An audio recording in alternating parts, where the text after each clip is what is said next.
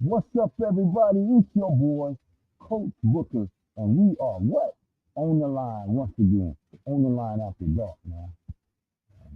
Tonight, man, we gonna throw a few topics out there and we just vibing. On after dark is just kind of like a show where we got a few people coming in with comments.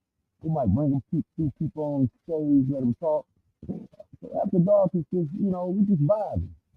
So right now it's just me. I am your host of On the Line After Dark, man. So check it out, man. So I'm waiting on a few people to get on, so we're gonna be a little patient, man. We're gonna sit and vibe a little bit. Our topic tonight, we got a few topics tonight, man. One of the topics we're gonna talk about is we'll be talking about, 7 on 7. I know everybody don't do the whole 7 on 7 thing, but 7 on 7, how important is 7 on 7? Do we feel like the kids are getting it? Are they being coached up? Are they learning schemes? Is it a strategy to it? This is for maybe the younger kids. So we got 7 on 7 groups all over the country, basically. I'm just talking here in Charlotte, maybe in the surrounding areas. So we got 7 on 7 groups, man. And we got some hot 7 on 7 groups, as a matter of fact, here in Charlotte, man. I've seen some really good stuff, man. But, when you're doing the 7 on 7 stuff, are you teaching these kids route? Because a lot of it is about route running. It's about route running. Do you have guys on your staff that's really teaching route running? Are the guys really teaching route running? Or are kids just running around like they're in the backyard saying, hey, I'm on 30 miles, 30 miles. We trying to get rid of that, man. So we're going to talk about that a little bit. I got a couple guys going to give their opinion. Or do you feel like 7 on 7 is even a benefit? Oh, okay. Okay, I gotta see. Let me take a little bit. I got a little static going on. Sounds muffled a little bit. I was trying to do a sound check with my boys, but they getting on late. So what I sound like, man?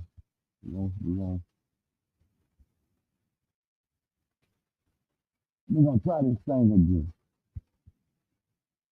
What I sound like? Check. My mic sounds nice. Check one. Now y'all know how this shit get sometime, man. You know what I'm saying? You gotta make sure it's straight. You gonna get straight. This thing ain't straight.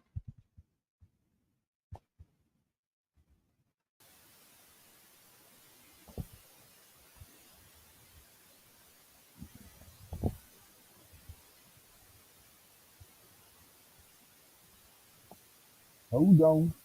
We coming.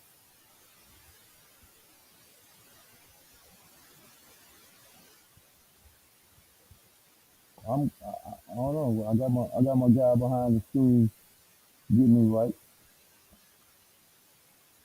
The ET checking things out for me real quick.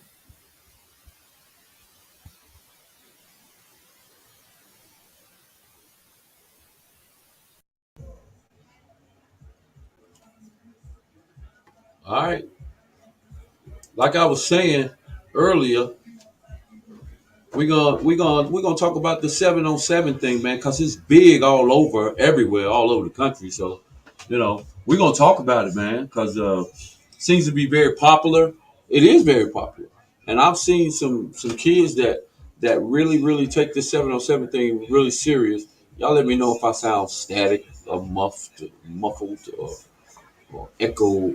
Just kind of give me some feedback if you listening. Somebody just gave me some feedback, so that's the reason why we stopped. Uh, but yeah, the 7 on 7 thing is super big. I want to talk to some experienced guys, some guys that's usually on the 7 on 7 scene. Um, you know, appreciate your little book.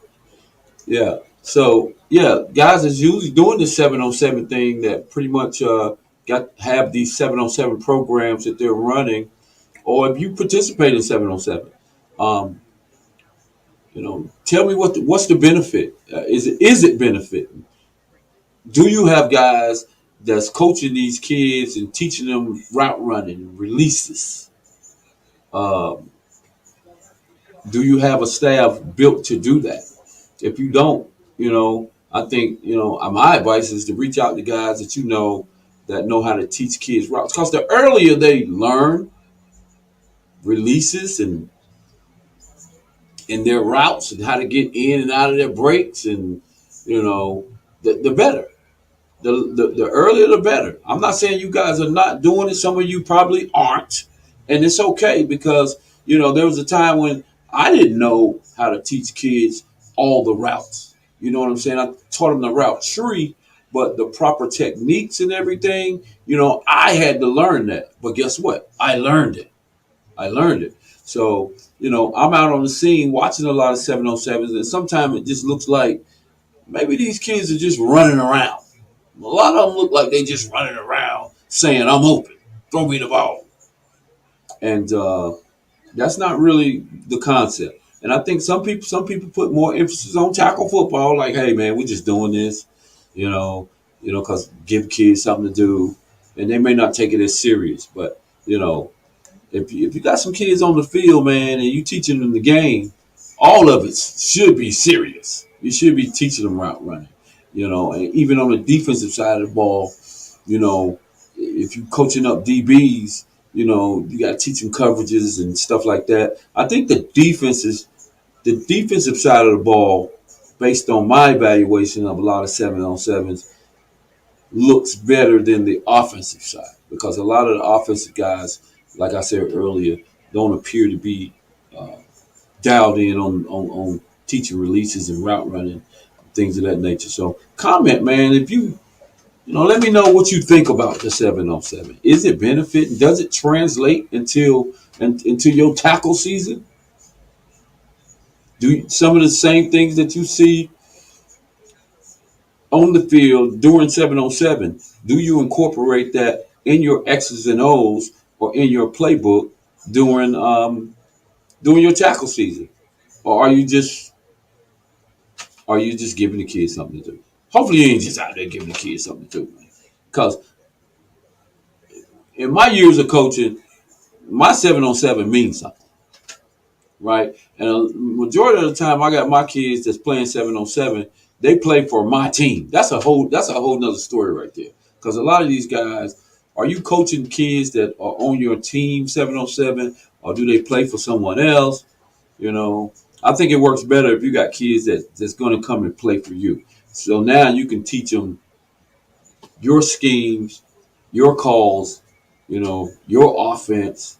So who's doing it like that? Or are you just coaching kids from all over the place, and then you're trying to recruit them? Because we know some of that's going on, and we know some of the recruiting is going on. We know that recruiting is off the chain. So, but recruiting is recruiting. It's going to be there. But once again, man, you can comment. Make sure you comment. Put something in the comment section if you agree, disagree. Is 7-on-7 good or bad? Is it working for the kids? What do you see out there during these 7-on-7 games? I'm talking about from here in Charlotte. We got it. We have it going from 5 years old. I don't think they're passing the ball at 5 or 6 or 7. I think they start at maybe 7 and 8. But what do you see out there? Are the kids getting better with the 7-on-7, or is everybody just waiting on tackle and declaring that tackle is my game? Now, I've heard some coaches say that. Wait till we put the pads on. Yeah, what you mean? We gonna put the pads gonna come on, but why not develop these kids so when the pads do come on, they open, baby. Teach them how to get open. You know what I'm saying? Play some real football. Yeah. So what's the benefit, man? I ain't trying to step on nobody's toes, but I want to, it's some very, very talented. It's some very, very talented kids out here, man. There's some very talented kids out here because I'm out there watching the 7-on-7s, man. And boy, I'm talking about 7-year-old kids, 8-year-old kids. and they catching the ball clean. And you got some of these little kids that's throwing the rock pretty good too. So that we're gonna get a couple folks on and get their opinion. I got a couple guys coming on, man, uh, and we're gonna talk to them, see what their opinion is on the whole 7-on-7 thing. Uh, Matter of fact, I got my man Chris Hawk. He's a he's one of the coaches for I think he coaches with Chambers, and he's basically we had him on before, but he's one of the recruiters. He helps with high school recruiting, and I'm gonna bring him on. I'm not sure if he gets too involved in the whole 7-on-7 thing I'm talking about, but we just gonna put him on the stage. You know how I like to introduce you, right? What's going You know, on, Book? hey, you know how I like to introduce you too. Everybody, I always like to do. It's a bird. It's a plane. No, man, Hulk building. I What's up? mean, what's going on, brother? Not man, I'm just on here vibing, man, talking to the folk, man. And first thing I was talking to him, Chris, is about the 7-on-7 game, man. How important it is. How important is it to these guys, man? Because they be out there. Because when I go to a lot of 7-7, I see you out there a lot. At Mm-hmm. some of these youth 7-on-7s, and even all the way through high school, especially with the Friday Night Lights, and now we got the spring air attack going on. That's with the smaller kids. You know, I'm asking people, viewers, what do you see in the 7-on-7 game as far as it relates to kids running routes, or are kids just out there running around? Backyard. I'm open. Yeah. Throw me the ball. If Or you're in the right program, the right situation, it's a good thing. You somebody can teach you the routes, coverages, showing quarterbacks, how to read and do different stuff like that. Then it's a good thing. But yeah, you got like in anything, you got the good and the bad, bro. Yeah, you got some out there that's got kids who run around, taking up money, doing different stuff. But you do got some that's really teaching the kids. So, I mean, it's pros and cons to that's all I was saying, man. I'll be out there with the cameras and videotaping and stuff, trying to catch some highlights of these kids, and some of them are doing it, some of them are coaching them up, but I've seen a lot of just running around. You it. know, Yeah, yeah, and how much of a benefit is 7-on-7 if you really don't have anyone on staff that's teaching kids, like I was saying earlier about how to release off the line of scrimmage, how to finish hmm your routes, how to get out of your breaks, things of that nature. If you don't have anybody on your staff doing that, then what are you really doing in the 7-on-7 game? Wasting time, right? basically, yeah, Kind of. waste of time. Basically, say you got to 7 on 17 to look good on social media. Keep it real. Yeah, If they ain't just learning nothing, yeah, yeah, I'll go ahead. just stick to tackle football, basically. Right, right. It, it, Yeah, if you you know, ain't learning nothing, then yeah, you wasting time, especially money, because a lot of them charging, $700, $800 or more. So yeah, you wasting money if you ain't learning nothing. yeah, it's expensive. Shit, excuse Yeah, me, but yeah, it's pretty expensive to play that 7-on-7 stuff, man. And but I'm just, I'm real passionate about kids learning the game. You know what I mean? right. Kids Yeah. learning the game, man. I want to when I'm out there, man, and I'm excited. I want to see kids routing guys up. I want to see DBs. hmm Somebody done coach these DBs up. You know what I mean? I want to see that. Right, That's what I right. want to see. I don't want to see kids just running around and quarterbacks. Now the defenses look a lot better to me in 7-on-7 than the offenses to me. Everybody really on offense just want a head talk. Yeah, that's when me and you when we all first started, it's totally different now. Then you showing the guys how to do different routes and trying to so like down the distance. Like ain't no point going for a deep ball if they in a cover three and you got a safety over top. You can do your drag route, slant route. These guys now, like I say, they tell the dudes to go and had the quarterback throwing the ball. So really, the quarterback ain't learned nothing, and Receivers ain't really learned that. You know, like backyard football. Keep it real. Listen, man. That's why I say you get in the right organization, the right situation, and teach all that. It to me is real beneficial. But you got to do your homework and know what you're getting yourself into. And it's okay to study that stuff, man, because like I said earlier, I I really didn't know a lot about the receiver position in detail until once I transitioned my son when he was smaller into onto the receiver side. That's when I started learning and studying that position. You can Hmm. learn.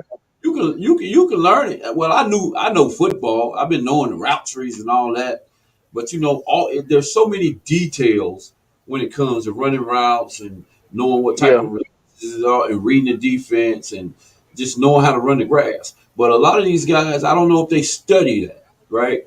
Um, I some don't of think they like do. the right program, they teaching it. Hmm. Right program, they teaching it. I think they teaching it. And I'm talking more from a youth football perspective right now. But do you see it in the high schools too? Do you see guys out there, not running the proper route techniques, not running the Yeah, releases, quarterbacks not yeah, reading defenses like they should? Do you see that a lot in the seven oh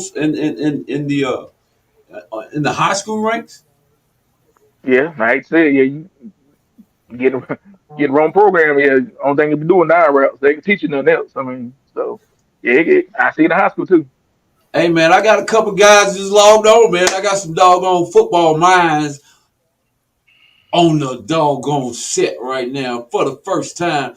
Man, come on, man. This guy right here, man.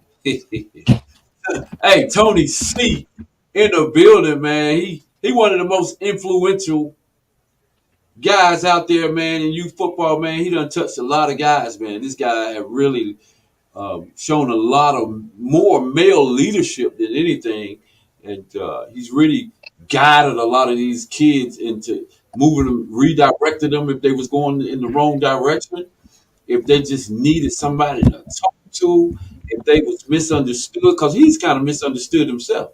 So Oh yeah, so, it's Tony C, man. Come on. if Charleston you White. if you don't know now, you know it's Tony C, man. Oh, We having building, man. fun. Huh?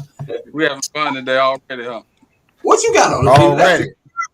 Do you have an electric fireplace? What is that on the wall, bro? Behind Oh, the fireplace. Don't worry we about got that. Ain't yeah. that? Oh, That's that playing crib. What's going yeah. on, man?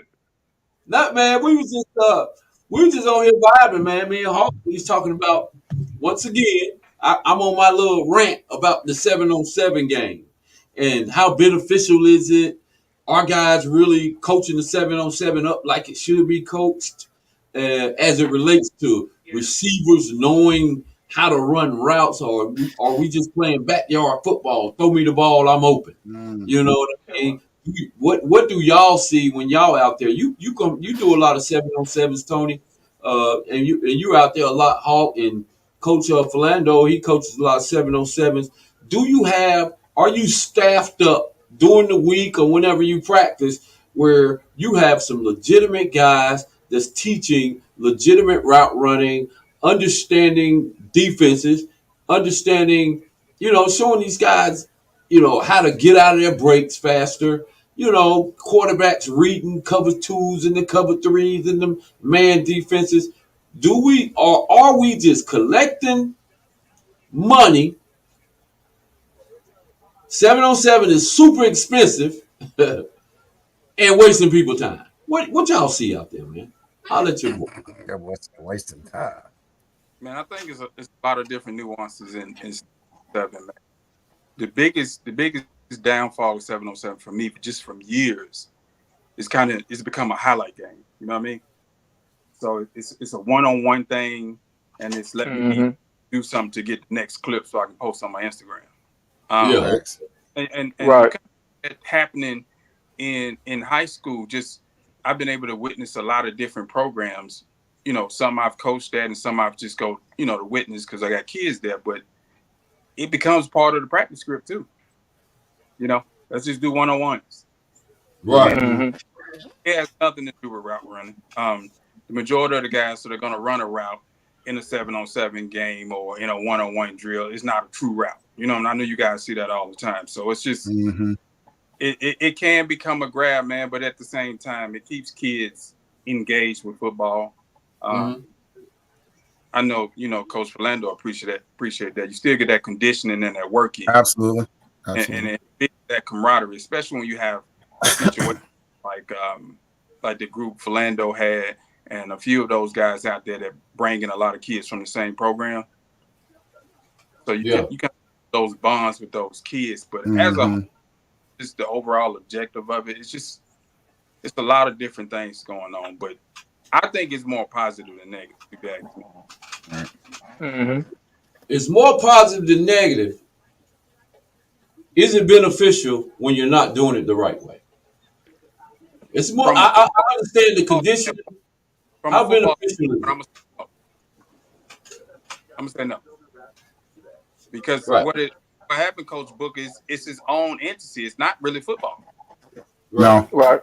It's just another sport that we came up with to you know keep the kids active. Like, it's not football. Right. I mean, to me, it only benefits um, a quarterback more than anybody. If you want to know the truth, Mm. and how to read. That's my opinion. Of course, I coach quarterbacks, but then it's not true to a There you go. quarterback. It's not true to a quarterback because you don't really have a rush. But one of the major key There you go. components in quarterback is that you teach them the clock in their head and the time, Right. Right. but you still got a clock Right.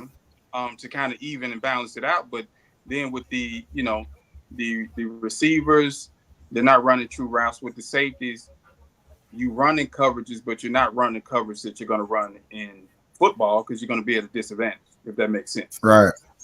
because there's no run threat. So Facts. now it's a whole nother different game. So it's just, I don't know. Yeah. Yeah. It's a lot of. It's, what do you think, Coach Clark? What do you think? I'm on the other side of the ball. I mean, I'm on defense. So the defense is, in my opinion, is definitely at an advantage because they're, like you said, they're not running true routes. There's not really a lot of concept routes, and I mean it's to me, you got what, 6 guys running around the field. It's hard to cover that. I mean, you it's really difficult to play man coverage in that because everybody's going to be crossing you out, and somebody's going to be open. And then you got to worry about the flats with the running back. I just kind of coach not to get beat over the top. Essentially, try to keep everything in front of you because, like I said, there's no really true route running in it. So I'm just kind of teaching kids basic cover 2, cover 4s, things of that nature, but just trying to protect over the top. But again, the offense has a huge advantage, right? Because you can run 3 guys to 1 defender, right? So it's almost like, hey, you go over there, you go over here, you go over here, and I'm gonna throw it to you, right? So, but I do appreciate 2 things about it. The team building aspect of it keeps teams together. It keeps the camaraderie. It is beneficial to the quarterback and receiver as timing, right? The timing route, and the conditioning part of it. It's just basically cardio. You're just running around the place always. So it's going to be the good team building part of it, and the camaraderie. I mean, the conditioning part of it is beneficial, but it also invites a lot of antics, right? Because everybody wants to, like you said, wants to highlight reel, right? Celebrate. So it's like if you're getting beat, of course you don't want to see that, right? But so it's in the right situation. We saw with Cam Newton, you know what I'm saying? Because that's what it's all about. It's bravado. It's one-on-one. You cannot cover me. Blah blah blah blah blah blah blah. Right? But ain't nobody rushing your quarterback, right? And how many times how long can you actually cover somebody? You know what I'm saying? So, Right. and it's getting out of hand. The whole 3-second thing though, so they got to Well, get the I'm ball. It's exactly. They 3. got to get the ball out, but there's nobody. You have no adversity as a quarterback. Once per game with the rules, you may have somebody rush, right? Other than that, you can sit back there and pick defenses apart, right? So, but I mean, again, it's good because it's team building, it's conditioning, and it keeps kids out of trouble We know where on that Tony's Aunt Gibson's deal. We know where 300-400 teenage kids are on a Friday night, right? So Hmm. that keeps Right. that trouble down. So we keep them busy. So there's a lot of pros and cons to it. I think there's more. It's probably even in my opinion, but if it went away, I wouldn't be mad. But I think when you're a football coach, and I know you've coached every level, Keith, but it's kind of like comparing the tackle to the flag. It's just not the same thing. You know what I mean? Mhm. So you're always going to have a look, an opinion on it. Like that's not really the thing to me or what I'm into. But Right. as far as development go, the flag can be essential to developing a good tackle football player.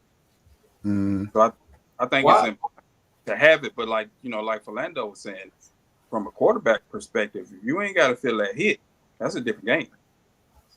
Because absolutely. once that Yeah. hit coming off the backside, that changes Fish in the that changes barrel, baby. that Oh changes. yeah. Hey man, But seven you on know what's seven. crazy? This message. I'm sorry. You said tackle and flag. I saw that there was a team. There's some league. I don't know where it's at. They had full pads on, helmets, shoulder pads, the whole get, and they were wearing flags. Oh yeah, that's crazy. I saw it Oh too. yeah, What Mm. the hell? I didn't know that was. That's kind I of was what the I, like, ain't- I, NFL. ain't- I ain't know that. That's what the yeah, they were NFL's turning. flags. I was like, full contact flag. Okay, yeah. Hey, and But they keep taking all these rules out of the NFL. That's what we're doing. that's what They we're might gonna as be well put looking a at pretty flag. soon. They might well put a flag on the quarterback, right? Yeah. Because Man, come on, you if you can't touch touch that him. quarterback wrong, you getting flagged. You gonna get a flag. Right, absolutely. It depends on the quarterback too. But Hey I man, They but got the I politics. Coach this Clark, 707 stuff is turning me off, man. But I, I think Coach Clark, where the quarterbacks are superheroes in 7-on-7. And you put a shoulder pad on them Oh and they yeah, shrink really Hmm. fast. facts. I mean, Everybody look good in shorts and t-shirts, baby. right. I would almost Oh suggest yeah. that if they had, high school sanctioned 7-on-7 team, most kids would play that instead of playing tackle football. yeah, they Probably. probably would. Oh And yeah. I I could mean, see it's like, yeah, that I coming can down. see that. 7-on-7 is big business across the country, though. Right. Oh With yeah. as Yeah, a Yes. matter, Oh yeah. Big time. yeah. when you check into your high school, when high school football practice start for, Tony and Hawk, both of you guys know Hmm. Orlando. When high school football starts, what is the first thing they do as far as competition? They play what? 707. 7-on-7. Yep. 707. Unbelievable. So you mean to tell me route running don't matter, reading defenses don't matter? That don't matter. Like it's just everybody doing the same. Are they doing the same thing in high school? Just running around Hmm. trying to get a highlight, head top somebody, or Uh, do they? Are they staffed up where they got receiver coaches teaching these guys how to run routes, how to release, how to get out of their breaks, out of their routes, how to be explosive off the line of scrimmage? What's going on in high school? Are they doing the same thing? Now I will say this: club teams and the high school structure is totally different, in my opinion. Yeah, Okay. totally, totally Because different. a lot of times in 7-on-7, that gives you an opportunity to implement your offenses. So if True. you run a quick game, it gives you an opportunity to implement that. So you're gonna have your coaches there, coach. I think the biggest difference is the club teams and then high school um, 7-on-7. The youth. Right. A lot of it is Hmm. money. I mean, you have teams out here charging Oh, it's a five, big six bag. dollars to play on a club 7-on-7 team. That's That's tough, crazy. man. Yeah. Eight That's a hundred to 1,200, bro. say that Eight, again, twelve Hawk. hundred. 800 to 1,200. Yeah. Yeah. Yes. That's insane. It's crazy, man. That's Yeah. insane. Yeah, that's insanity. I wouldn't be participating in that. And they Well, don't even we Hey, practice. They just hey, show up for parents believe games. anything, bro. well we Hey, we all coach it. We all coach it. So what do you get out of it as a coach? What do you get out of it? Why do you desire to go out there if you really don't sound like you re- really believe in it as much? I mean, Why do it's you go out competition there? at the end of the day. All right. It's competition. We And like to be if you competitive. run it right, At the end of the yeah, day, if you do it right, and right? like we did, like you do it right, teach the kids something, and like give them the right, you know, right tournament.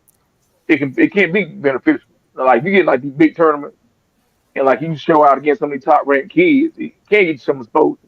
I mean, it's benefits of it, but then again, the bad part, some people go out of town take pictures. You know what I'm saying? They paying Yeah. $900 to go somewhere for a photo shoot. Right. So Right. That's funny. That's He said very for a funny. photo shoot. That is yeah, I hilarious. like that. Yeah. Hey, but listen, It's about accurate though. what yeah. have you ever seen guys get off? But I've seen guys get offers off of this stuff though, man. I haven't I seen that. I I haven't. Yeah. I haven't been to that If tournament. you get nah, if you got the right team that's on the right, nah, it can happen. But it not. It's few and far between. It ain't a whole lot. I mean, a lot of people don't have them kind of teams and they kind of exposure. You know, like Mm, some shoe companies endorse 717, the big kind. You know what I'm saying? But right. you got to run the right way, bro. I mean, you got to be more business like, more past clout, and got to know how to put the kids in the right situation for that to happen. Right. Yeah, I haven't seen that. I'm I can't testify to that. Well, 707 is live and kicking every week, but it's all good. Sometimes it irritates me when I see guys running around and they're not, running routes, and it just don't look like real football to me sometimes. But And the one thing that Yeah, bothers me is you seeing kids out there in pajamas and freaking bonnets and ugh, it's all that about shit this drive me right here. crazy. yeah. That shit drive me That's crazy. Head it. tap. Like, come on, A lot of come on. that head top. Yeah, Coach that's Booker, do you crazy. think you way because you are very technical in your coaching and you a contact coach? Say that again. Do you think it's because you are a contact coach and you very technical in that? Yeah. I'm very technical. Just like from an offensive standpoint, yeah, I'm very technical, man. But Because a listen, lot of I think if we are all coaches, right? And we're looking at it from a coach's standpoint, a lot of it is it's just what the kids want to do. yeah, With seven on Right. seven, I don't think the majority of them looking at it from my vantage point, like, okay, what are we getting out of this? I think they just want to go throw a ball up in there Right. and talk smack to Or each just other. play. Yeah. yeah. And they definitely I do go. that. When I used to go, They I used to definitely go do to some that. of my kids 707 games, and he wasn't running routes. I'd be like, hey man, ain't no need coming out here. Right. Ain't no need coming out here, man. This does not help you sharpen up your craft at all, bro. Like, what are we really doing? Really, you know what you're doing? Giving yourself an opportunity to get injured. That's Yeah. what you're doing. And we ain't gonna be Mm, serious about it, yeah, man. We're not. that Yeah. part. We're not. That We're part. not doing this. We're not doing. Mm-hmm. That, You see that part. the big programs like Carolina Stars. Now, I think them guys. I've been to some of their practices, bro, and they pretty serious about what they got going on. I've seen them run. I've seen them develop some kids. So, Mm. you know, that's one group. And you got one of the biggest group now that's growing, which is the what is it? Blanco's group. What's the name of them? Unconquered. What's Unconquered. that? They're growing. They're growing at a Okay. rapid pace, and I'm not so sure about who they have in there that's coaching receivers and stuff like that. I don't know. I'm not criticizing any of the coaches, but they seem to draw a lot of talent, and a lot of kids. So I don't know. I don't know, man. I like it. So hey, what about this middle school stuff, man? I'm gonna ask y'all something. If a middle school kid, no, if a youth football kid goes to middle school, right, and he gets cut from his middle school team, do y'all think the youth football coach is responsible for him getting cut? Let's say Tony, you grab a kid at 5, 6, and you just keep moving up with him. 7U, keep moving up with him. 8U, 9U, 10U, right? 11 all the way through till it's time for him to try out for his middle school team, and he gets cut, right? Do you think that the youth football coach is responsible for that kid getting cut off that middle school team if you've been coaching them that long? Absolutely. Hmm. You said absolutely, Absolutely. without a doubt. Yeah. And the reason why I say that, man, we've all coached it on lower levels, 5 days a week, and on Saturdays. We should figure it out at some point. Is this what this kid gonna do, or he could be giving time to something else? You know, Right. Right. he could be giving time to his books. He could give his time to, you know, engineering. He can give his time to reading. He can be giving his time to something else. So yeah, that's the coaches who had him the longest. If he had him that longest, I'm gonna put the blame on them. Yeah. I mean, So, if you've been so having if your kids, kid is getting coached from school, yeah, it's you. If you're watching, it's your fault. Just say that again. If you're watching, it's your fault. yeah. Absolutely. What do you think, Philando? You don't think so? You've been coaching Um, kids since 6U, and you keep moving up with him, right? Because right. and then he gets cut in the seventh grade or the eighth grade or whatever, right? But the only coach he's been playing for is you, and he gets cut. And now these youth football coaches want to take our running now. It ain't my fault. It ain't my fault. Whoa, wait a minute, bro. Wait a Well, minute. here's my thing. Okay. So now, if this kid don't understand basic concepts, absolutely that's your fault, right? So I think it's situational, right? Okay. Let's say this kid peaked out in height at 10 years old, whatever. Let's say he doesn't grow and he is a late growth spurt. So now he's like this 120-pound kid, right? Whatever that may be. He might be undersized. He might just not fit that program, or he might not be what that coach is looking for. Like I said, but if he doesn't know the basics, 3-point stands, what the route tree is, and the holes, and how to tackle, and the basic fundamentals of football, absolutely it's the coach's fault, right? Right. But if it's a physical attribute thing, and the coaches don't want small kids, or it just doesn't fit that coach's scheme, then that's not his fault. But if he Now, doesn't understand the basic concepts of football, that's your fault. but if you've created, let's just say a kid might not have the highest skill set, right? And he's kind of undersized, right? If you've coached, if you've created a culture of a certain culture of football where maybe this kid is not so talented, right, skill set wise, but you turn him into, you've been having him since he was 6, but you turn Mhm. him into a football player, right? He might not know. He might. It's kind of hard. Like I had a kid, Marquise Harris. Kid named Marquise Harris played for us for a long time, right? And he was very. He had a skill set, but you didn't know exactly where to place the kid because he could play. He was Mhm. very undersized for the defensive line, very undersized for the offensive line, linebacker. He didn't quite have the speed, lateral movement, things that it took for a linebacker. But he had a little dibble and dabble of all of it. But the one thing that we did, we turned him into a doggone football player Okay, because the coach that makes and sense. the environment that you created, the coach is not going to cut this kid, especially if they looking for if they want to toughen up their football team. I ain't cutting this kid, even though I don't know he might not be have the high skill set, but he's a hard nosed, grit and grind type of football player, and you got to give yourself credit for that, turning him into basically a dog. Like, Okay, I got you. So Now, let's Coach say you Booker, got if you. No, hold on, let me say this before I forget, because I'm getting old. All right, so so let's say it comes down to that kid you're talking about, right, and another kid, but he has the skill set.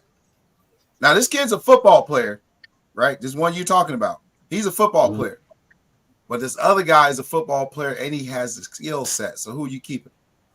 Well, you're gonna have some situations like that, That's but what it's I'm about saying. how So you, that doesn't necessarily make it the coach's fault that kid didn't make the team. He just didn't fit that mold. Does that make sense? Because I'm taking a better kid. I'm not, especially in middle school. We're not talking about potential. We're talking about right now. You got 2 years in middle school, so I'm we ain't blaming it got on the no. coach. I can't blame it on the coach if I come in that I situation. think you only got a few schools in this area, Coach Clark, like a Piedmont, right? Where they're taking primarily eighth graders, and they may keep one seventh grader. That's different. Right. Yeah, But the majority of the teams in middle school teams, just from coaching and observing, I mean, they may carry 17 kids. right. That means if you're getting cut from one of those teams, Oh, then you're just not a football player. yeah, we're gonna blame the coach. I'm blaming the coach. You're gonna blame the coach on that one, Yeah, but you're gonna blame the player at Piedmont. yeah. But Yeah. I'm being honest, bro. And all my years of coaching, I had one kid to get cut. One kid, and I know why he got cut because he's a slow starter, and middle school only has a few days or so to evaluate kids. Two And weeks. I always told him you can't go to middle school, son, and have this slow start. See, I know you because I've been knowing you since you was 8 years old. But you Right. can't go to middle school and get a slow start because these guys don't have time. One kid that got cut, right? Yeah, you're not So gonna have that luxury in middle school. Yeah, definitely not gonna have that Hey, luxury. look, I'm gonna ask y'all a question. I ain't from Charlotte. All three of y'all are. So y'all know how the Charlotte football politics is. Now, with some of these janky promoters, now take me the y'all call it BS, EK. You got like a Saquon, Booker, Jordan. Now, whatever middle school they might be zoned to, they might hate y'all guts for some reason. So y'all seeing when y'all kids are in middle school and they don't like y'all, you don't think sometimes they might cut them just out of spite? Hell no. They want. Hell no. right, Because if they want to cut them out of spite, they just don't want to win. yeah, No, If you it gets that. those type of No, names, no, it gets that petty, Coach Clark. It does. sure does. I can't attest to that. I I can't speak to haven't that. seen That's it. I haven't seen it in football, but I've definitely seen it in basketball. Definitely. Okay. mm, Yeah, I'm just asking. I mean, I don't know. I damn, think bro. it I gets, never really thought about I've that. never had a it kid gets get up there. coached. I mean, get cut in football, but in basketball, I've seen some kids that can play get cut. Yeah, Mm. yeah. Now So the you thought onus that is was a does reflection on of the you? kid. Yeah, Mm. yeah, yeah. Tony out here rubbing niggas the wrong way. Hey, here's the thing, man. You have to prepare. You have to be intentional, man. You have to prepare these kids for what they're gonna face, and you're Yeah. not gonna Facts. get it right off. You know what I mean? No, But you got to be that's pop. intentional That's about life. it. That's life. So yeah, and so it's almost like, and I was having a conversation, and I was looking at something that Coach George put up today, and he was talking about environments and how you can impact your environment. You know what I mean? You can't always Mm-hmm. Mm-hmm. dictate the success that you get out of the environment, but you at least got to be prepped and ready for what's about to happen. And as coaches, if you're coaching that kid from 5 till on up, then you're responsible for that. You know what I mean? Yeah. Like To a with the degree. guys that Hulk came in on with, and the guys that Booker and myself have, we preached 2023 starting in 2016. Yes, sir. So I mean, you got to Gotcha. that vision like that, so those kids Right. can go tap into that thing at the same time. I know myself. We used to tell the kids, make them watch the draft every year. You know what I mean? Yeah. Mm. Now we're rolling into those years where now these kids are going to see they're actually some of them getting drafted. So Right. when Right. I get into the idea of whose fault it is, it's more or less challenging those coaches to take on those responsibilities. You know what I mean? Yes, Because sir. a lot of those coaches don't even come to the middle school games. That's It's right. That's once I win crazy to me. my state championship, I'm done with you. That's But it. on the other side, I've seen where some high school coaches are upset that the middle school and youth coaches come to the games. I've seen that too. I've seen I that. think, What?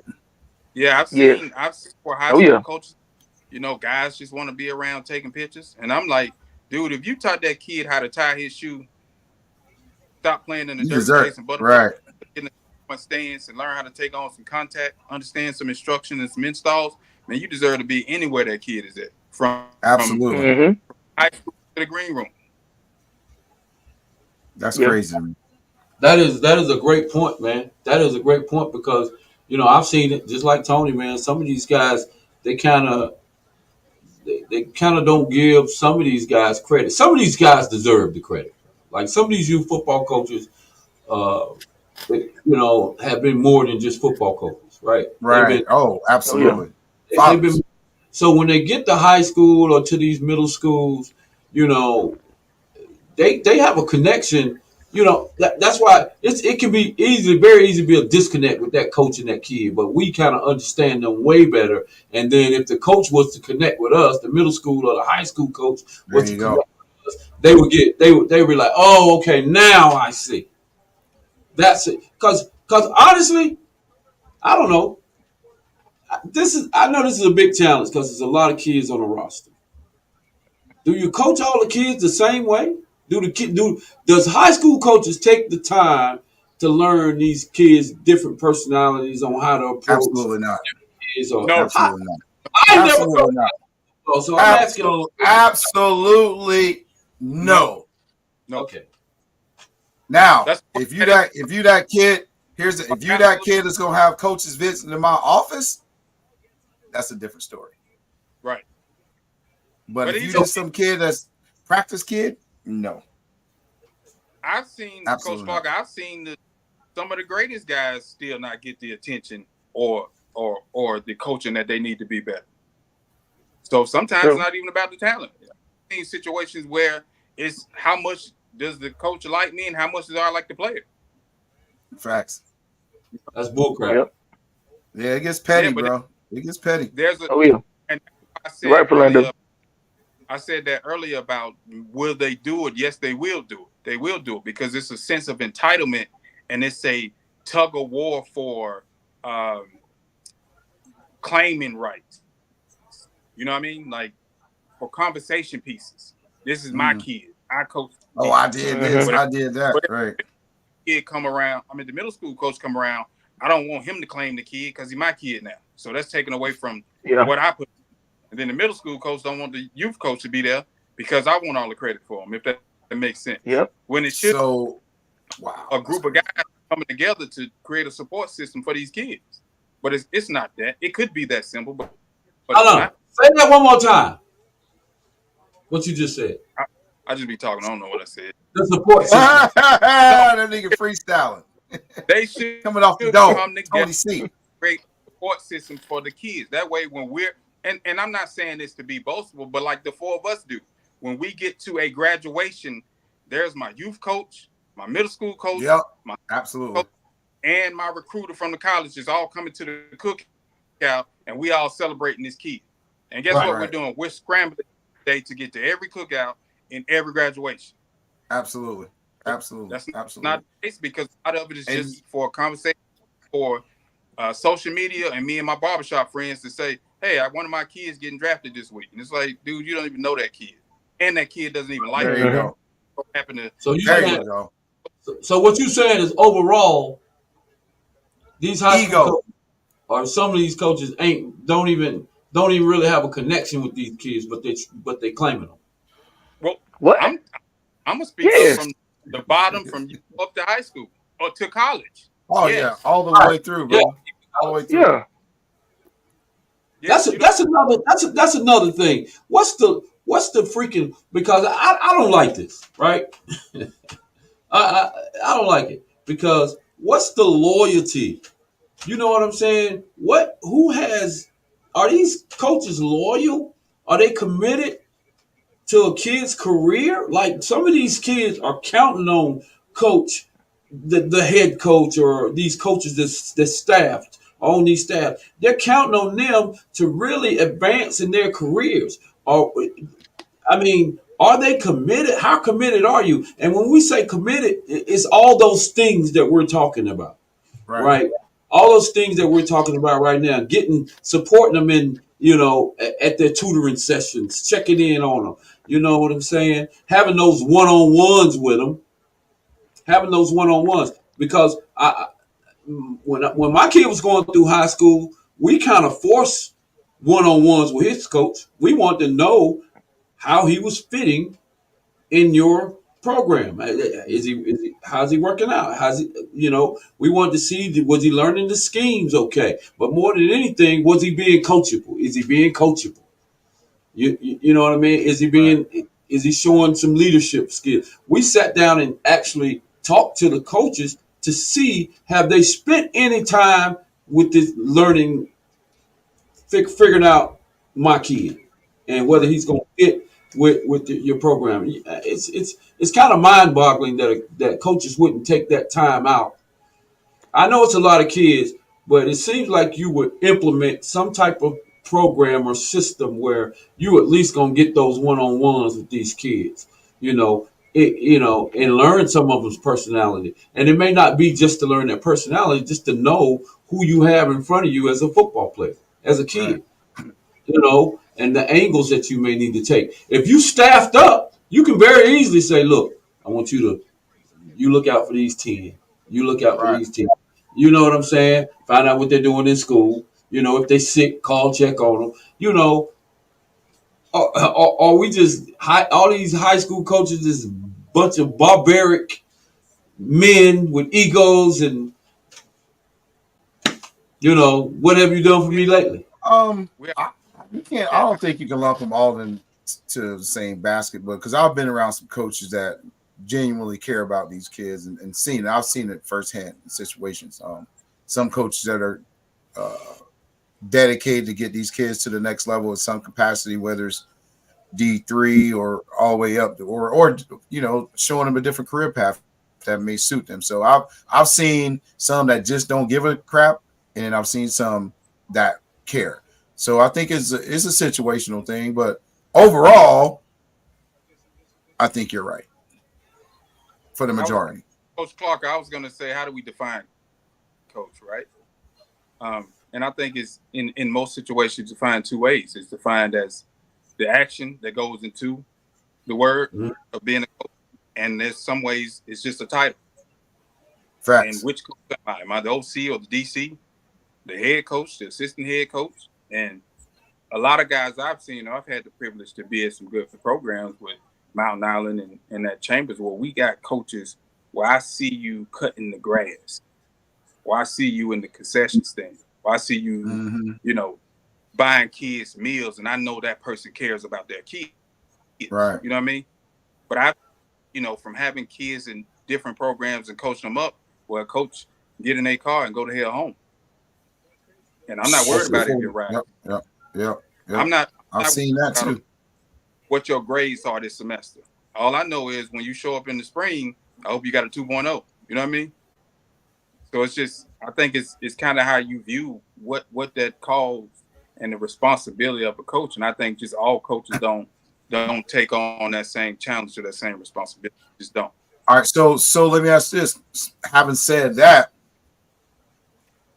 and based off what Booker said, um, how much of that responsibility falls on the parent to make sure that they're in the right program? Because obviously we know that things are zoned out, but we know kids play all over the city. So that, you know, so I think how it's much is that responsibility of that parent sitting down, like coach said, hey, what's your direction? What's your plan for my son? Is he this? Is he that? What do you, what value are you adding to my kid's football career? I think it's a slippery slope, coach, because a lot of these guys are good at what they sell. They are. And and Snake and oil. from coaching from coaching clinics to being around guys and not standing on a soapbox, you see that these guys are really good at selling something, and you Mm-hmm. can know the backstory of what they're selling, and you could understand why a parent would actually go for this. You know what I mean? Because Right. most parents, like you have a guy like Booker who was able to go through it more than once and say, okay, this time around, I know I'm intentional about what I'm doing, but you also have parents that just they first go with it. Hmm. So I don't know much about football. I don't know much about high school. I don't know much about, recruiting, but this sounds good. So I'm gonna go with it. Wow. And I think that's what happens. They don't know. And like I said earlier, that goes back to what I said earlier, man.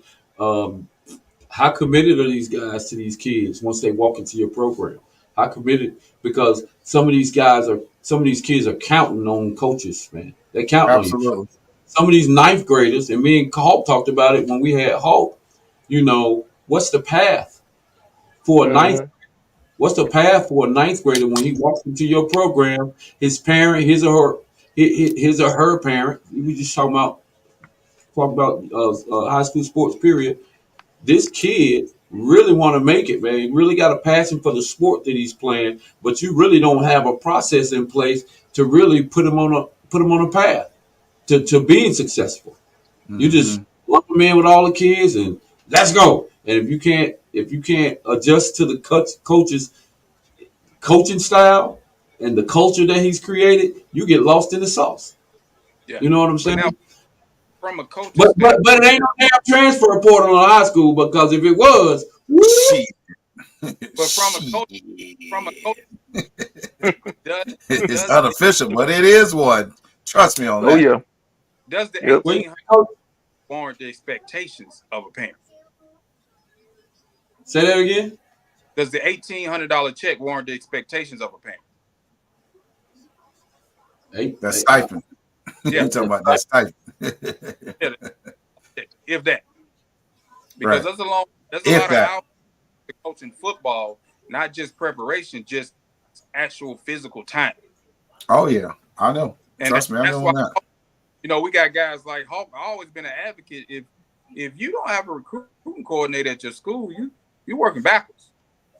Facts. But there are also Yep. stipend for recruiting coordinators.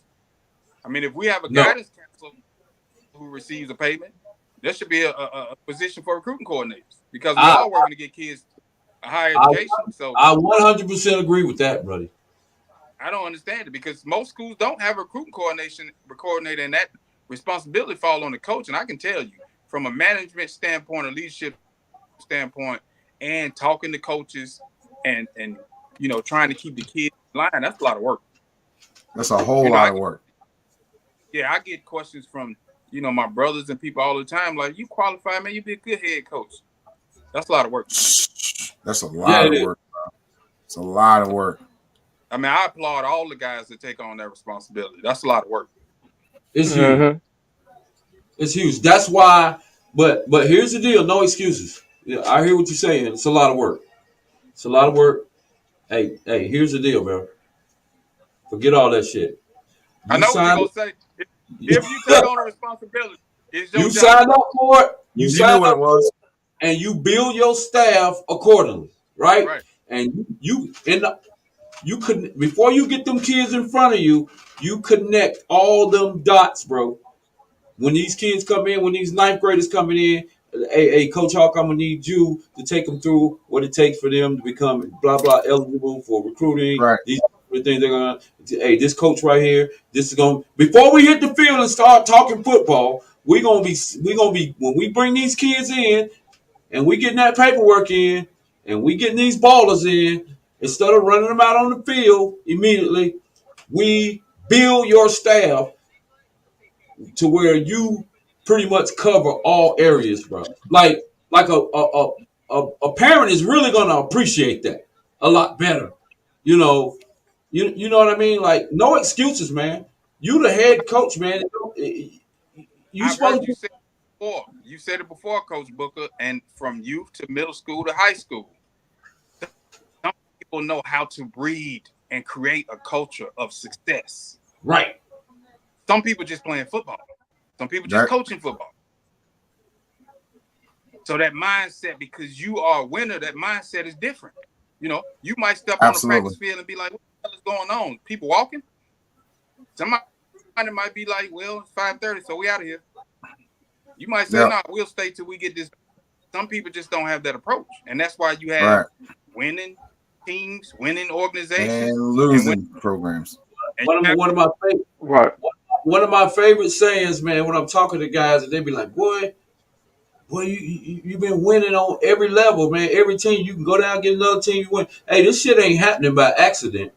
no, Hmm. Like you know what I mean? I'm not winning by accident, bro. I got a system. I got a process that is proven. right? And I'm very intentional about every aspect of the process. Like, Mm-hmm. I take pride in that kid who's been playing for Coach Booker and his staff. When he gets to middle school, look, this is what I tell my kid. I want you to try out for the middle school team.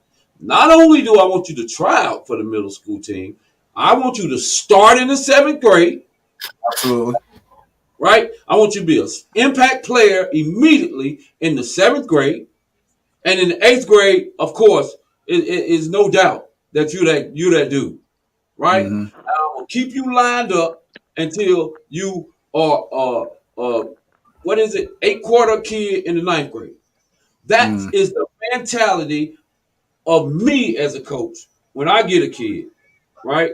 Those things. I want you to be able to start in the 9th grade. I want you to be able to be the high impact player in the 8th grade, be the dominant player on your middle school team, and make that 7th grade team. Period. Now let me That's the ask you man. this, Coach.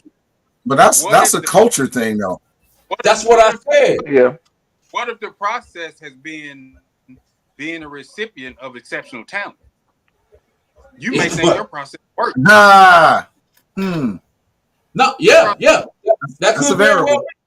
But here's the deal your though. process don't work. Here's the deal though. You might get let's say we get two class of 2023. Exceptional talent. Lot of talent. You know what I'm saying? Those kids gonna be locked in regardless. They just that good. Before that, guess what? You get a crop of kids that's not the class of 2023 with the KCs and the Robert Dillonhams and the Zion Bookers and the Case and the Hollywood. You get these mediocre talent. Coach Philando, we done coached them. They was okay, but you win with them too. And then you Right. go get another match and you continue to win. And you continue to produce D1 athletes, bro. Or just some really good kids who really had no hope. And you help them. They couldn't even, they wasn't even dreaming, and you don't help them dream again. I Mm-hmm. don't pull some kids out of the hood that just had no clue. Now they dreaming of being, and Right. they got to be good football players, high school football and college football players. Right. You know what I mean? Well, So the thing is, the question that he said or asked is a result of the culture that you've created, Right. right? it is. So you're gonna get those high caliber athletes because of what you built with the not so high caliber athlete. You've Absolutely. created a winning culture, a Right. winning mentality. Right. So those kids gonna want to come play over there. And So that and Right. you're gonna always have that talent pool because of the foundation that you laid. hey, that's the idea. That's just There no it different is. than the So that Chambers. that question answers itself. That's no different Right. than the Chambers. People want to come play for Chambers because of the product that they Right. created. But That's what I'm saying. So what It's a you've done in the culture. past, it's a culture. It's a culture. Then you got the blueprint on what to do. That's why you can go to different schools or organizations and keep on winning. Like Bill Parcells, for example. Whatever team he went to, he always won. You know what I'm saying? Proven He system. had a blueprint. So now I said it's a proven system. it don't it's change. a proven, it's a blueprint. Just follow the blueprint. See, like Tony C said, man, a lot of coaches don't have it, bro. They they they in it for personal reasons, and that's it. Everybody don't have that blueprint, man. Mm-hmm. It's crazy because I had a high school coach, and and this is a true story too. It's cool. He started coaching with me. He started coaching with me, and let's just say we kind of what didn't have the same terminology as these high schools, and he always used to say, um, booking them. I'm being honest, booking them don't know what they're talking about.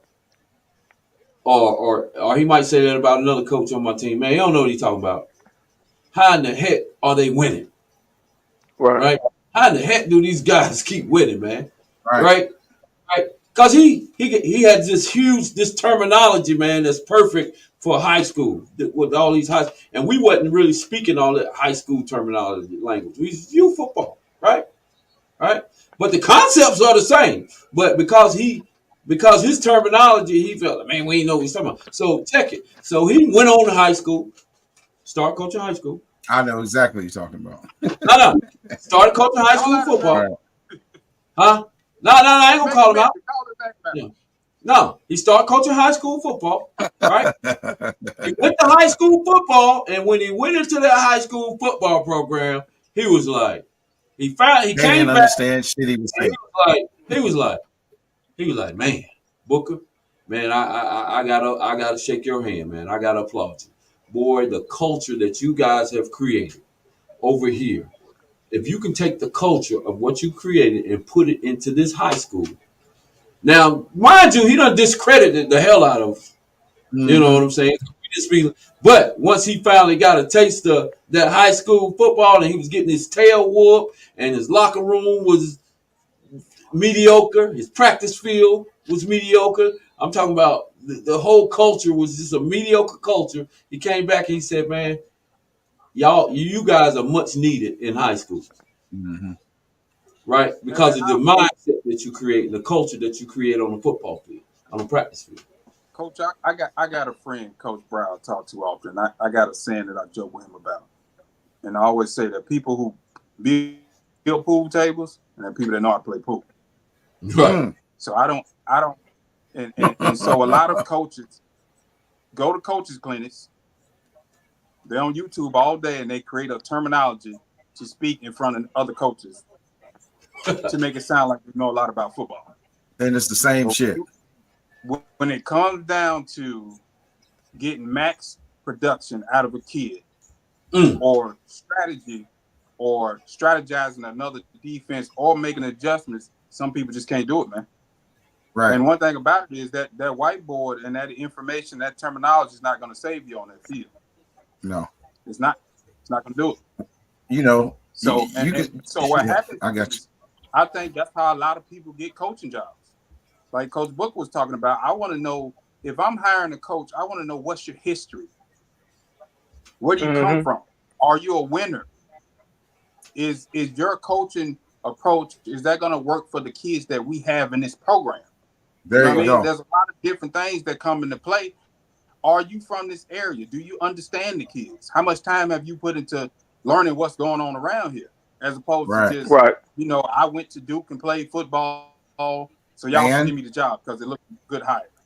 Right. It's right. not always a good hire, you know. It's No. not always a good hire for the culture. It's not always a good hire for the kids. But, I think that's a lot what's going on, not just in Charlotte or North Carolina, but just across the country. We just Oh, get guys with absolutely. names and let's just give them a job. Mm-hmm. Because Yeah. These guys, I've seen some of the most basic. Man, I used to study Coach Knox, man, and I seen some of the most basic football. But like Booker was talking about, it's culture. We're gonna win. Mm-hmm. We're gonna be precise in our route running. We're gonna be precise in our gap zone. We're gonna be precise in making the adjustments, and we're gonna beat you every time. Right. Because what you're gonna do is all this information that you've taken in, when it comes time to call that play on 3rd and 20, you don't know what the play is. You have no don't know. clue. Nope. Mm-mm.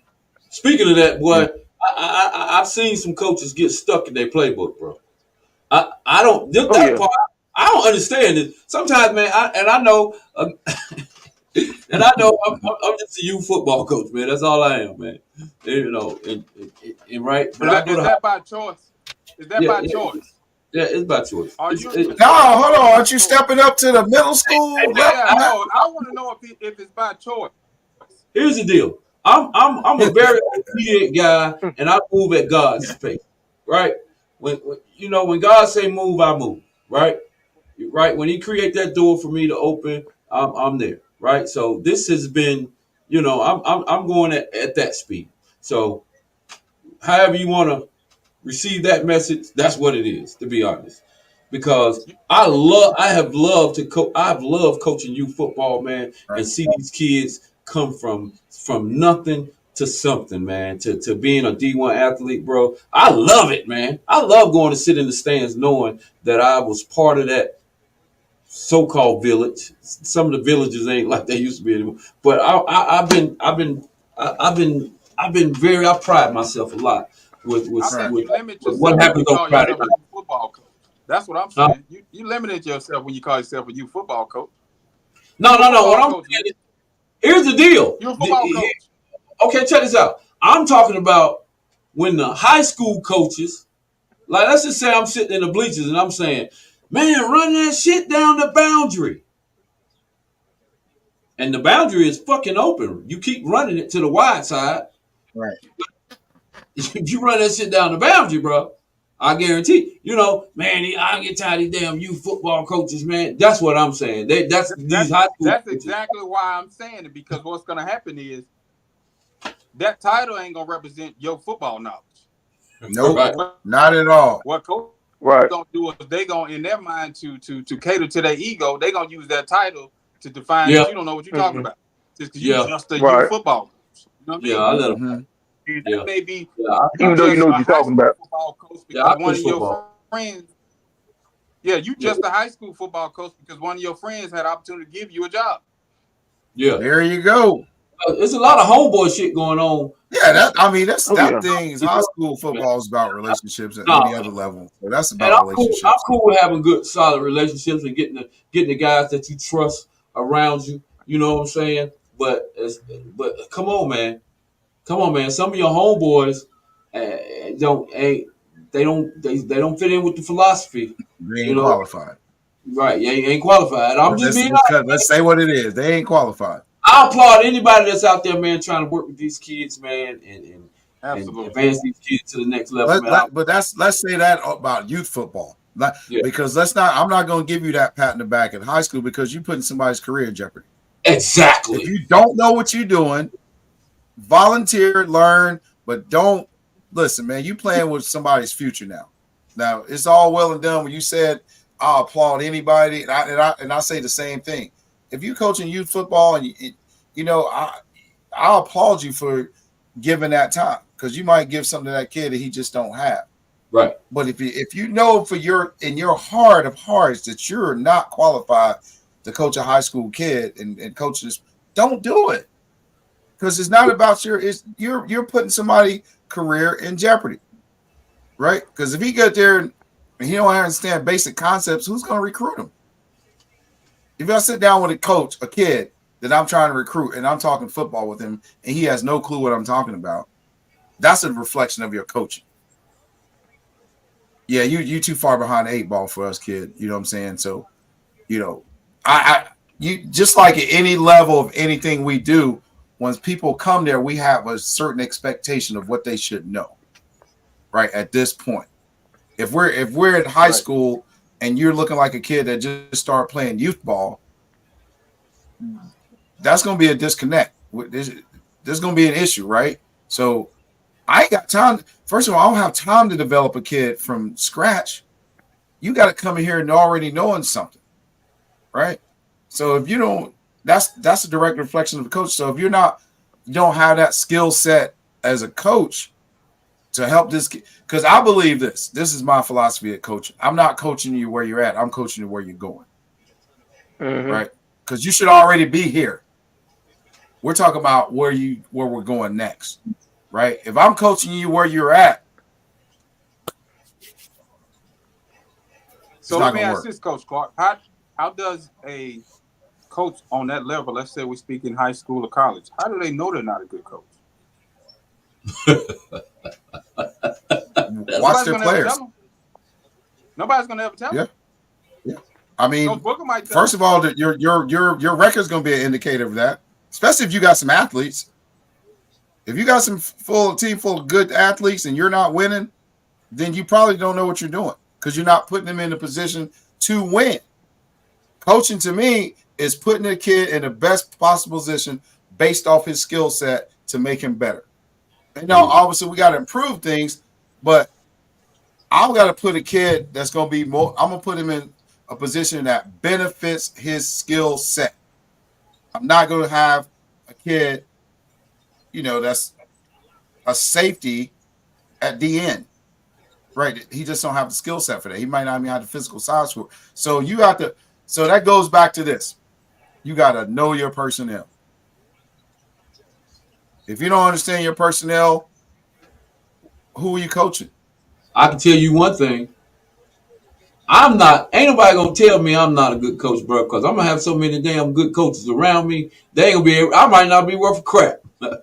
But my doggone, but my doggone OC, my DC, my recruit coordinator, my receiver coach, my running back coach. You better believe they gonna have that winning pedigree, baby. And I'm gonna make Oh yeah. sure they know the game. They ain't gonna know. Coach Booker don't know them. God darn thing. But boy, look at that Mm-hmm. staff, though, baby. That staff a fool. And guess what? We winning.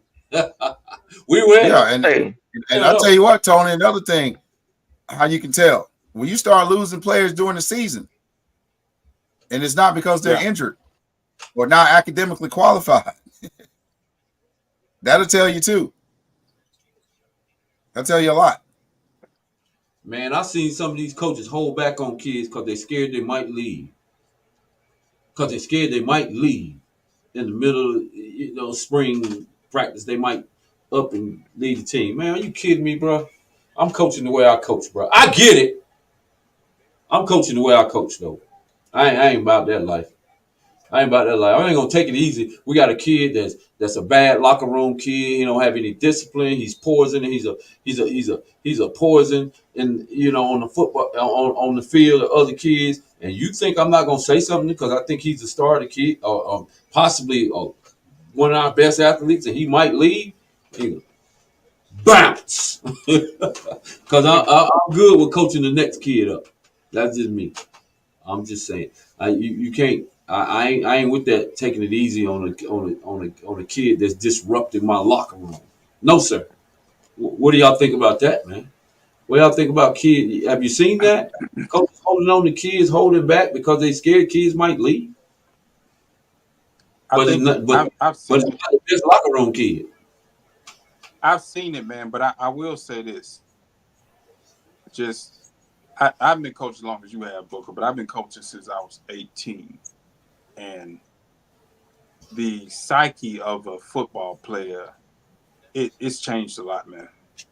Yeah. Um, the kids are just not they're not into the game the way they were. When we no, played football and we were younger, they're into what the game can offer them. They're not into the game. So Well. when you're dealing with those type of personalities, it's not an excuse, but it can get tough. They get really tough Yeah. because Mm-hmm. next thing you got 10 people on your football team because you coached the way that our coaches would have coached us. You got 10 people on your team now, so it's tough, man. It's real tough. But that's when those relationships become that important about building those relationships. So a kid wants to be around you and play for you and believe in what you're telling them, how you can guide them and lead them to whatever their goals and dreams are because you're proven and you've done it before and you're consistent enough to be around when it's not just about football. But I will say it's tough, man. It's real tough Right. because it's tough to find a 16-year-old who hasn't dealt with dabble with drugs. That's So what right. do we do? Just kick them out of the football team? That's tough. It is tough. And That some that. some schools might have those luxuries, but I would say all schools got different vices that they got to deal with. You might be at a private yeah, school, and those the personality and the privileges attached to those kids might not be the behavior or the drug problem. You might just have a team full of jerks. So it's tough now. I will say that it is tough, but that's why you got to set that expectation up front with the kids and the parents, let them know, what it is you're running, the type of program, and don't waver from it. But like you said, a lot of people do just to please one player or a parent or a dad or whatever the reason is. But I've seen it done. So what's high school football looking like, man, for you guys, man? Y'all still locked in the rosters, or y'all on coaches rosters, or y'all kind of y'all sitting idle? What's up? Y'all still uh Chambers? What's up? What's going on, man? I'm Y'all still excited about football, man. y'all still locked in I'm with Chambers? oh What? yeah, I'm excited about football, man. I got some guys that I've worked with that are rising, seniors. And I just want to see those guys, be successful and kind of keep that Mm-hmm. tradition going to school, man, going to college. Um, Yep. that's what it's for me. So So Weddington the I'm gonna be dominant. locked in to helping young people. Weddington still looks like the So what now? dominant right now. Weddington still looks like the Man, dominant 4A. Weddington has a good I'll say program. it. Yeah, they got some kids in. Weddington's good. I Go think it's ahead, going to John. be a lot of balance shifting this year, though. I like what West Charlotte got going on, man. Huff is What's going up? to be Huff, Yeah, but Weddington's definitely going to be good. I definitely see it's that wide happening. open, man. Yeah, Yeah. I think who get hot in the playoffs like last year. Whoever get hot at the right time will take it. I mean, who thought Wilson was gonna win it last year? To be honest. Yes, And good. after they beat us, man, they felt like world beaters and look what happened. So it just you got to be on your P's and Q's, man, and you got to come with it, bro. But it's up in the air for everybody. Ain't no dominant team out there. Oh yeah, that's how you feel. Hmm. No I'm gonna dominant I'm teams. gonna back Hawk up on that. I'm gonna back Hawk up on No, that ain't one. no I don't dominant think it's team, done. man. Ain't no dominant There ain't teams. no one team you look at in the circle and say they not forward. No. You know what I like about West Charlotte? Just thinking of what talking about West Charlotte, man. West Charlotte, them boys play some ninth graders, man. They got they got Yeah. some they got some heck of a ninth graders that has come in, man, and immediate impact kids, man. And a lot of programs, I see these guys and they can play these ninth graders, but coaches won't play them just because they're ninth graders. Do you hear about a lot of that, or do Chambers, do they hold back on playing ninth graders? They gonna play kids that the best kids, or they want to put that kid on JV and that's where he is. I tell you, Chambers, in my opinion, Chambers been known for playing ninth graders. So you got your Yeah. Hollywoods, you got your KCs, you got Mike KC. Griffin this year, Yeah, star Mike Griffin linebacker. coming up. Yeah. Yeah. Like so, I think there's opportunity there.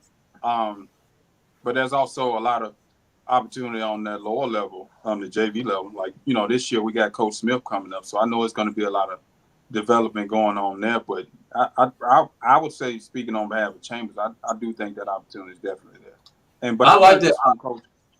I learned from Coach Hawk just being the sponge when it comes to the recruiting side of it. I mean, if you want to be that guy, you are playing varsity in the ninth grade. I Might Right. like not be the start of the season, but at some point you need to be on that varsity team. Hmm. So I like that I think hire. that's I like important. that JV hire for Chambers. Yeah, at least get that opportunity there for somebody, just so they know if you want to come play, show you can play. But again, that's those conversations those kids need to have with eighth grade going into that off season, Right. because a lot of them Right. haven't been told that. What When it what came down to the elite classmen, with each of you gentlemen who all essential in development of that, those kids were told right? like we not here to play JV. That's Right. it. Right. Sorry, somebody else. We're Yep. not here for that. So, and Absolutely. that's that mentality you got to go in with. So that mentality starts in the weight room, starts in the classroom, and when you touch that field and lace those cleats up, I'm not a ninth grader. I'm a I tell football you player. what, man. So One of that's a good message for eighth graders, and I like that. And that's what we all right.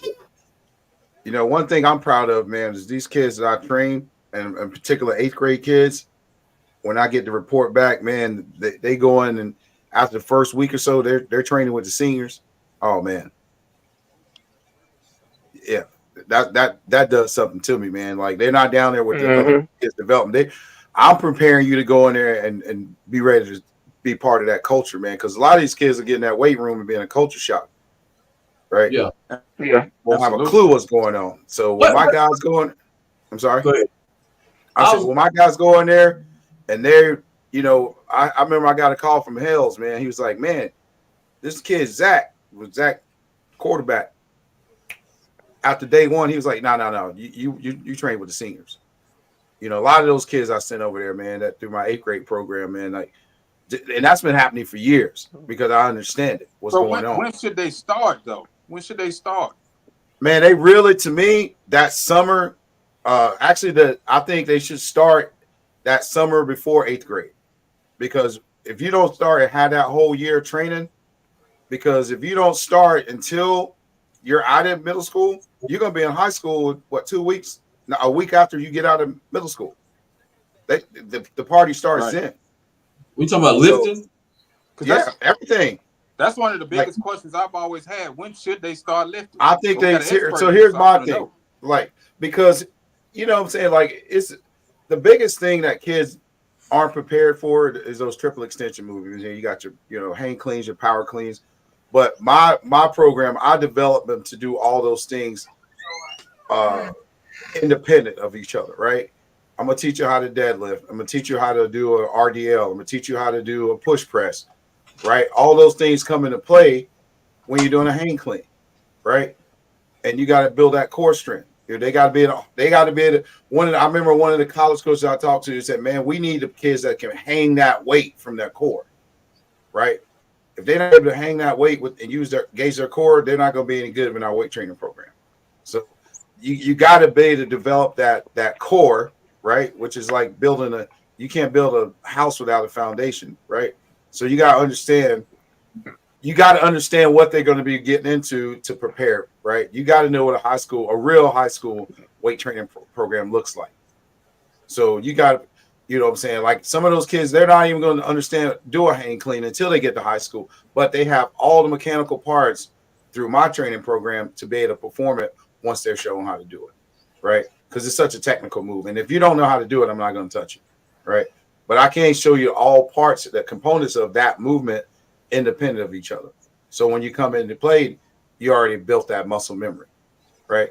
So if you wait to start training when you get In out the of ninth middle school, grade, you're done. You're gonna be so far behind, right? Yeah.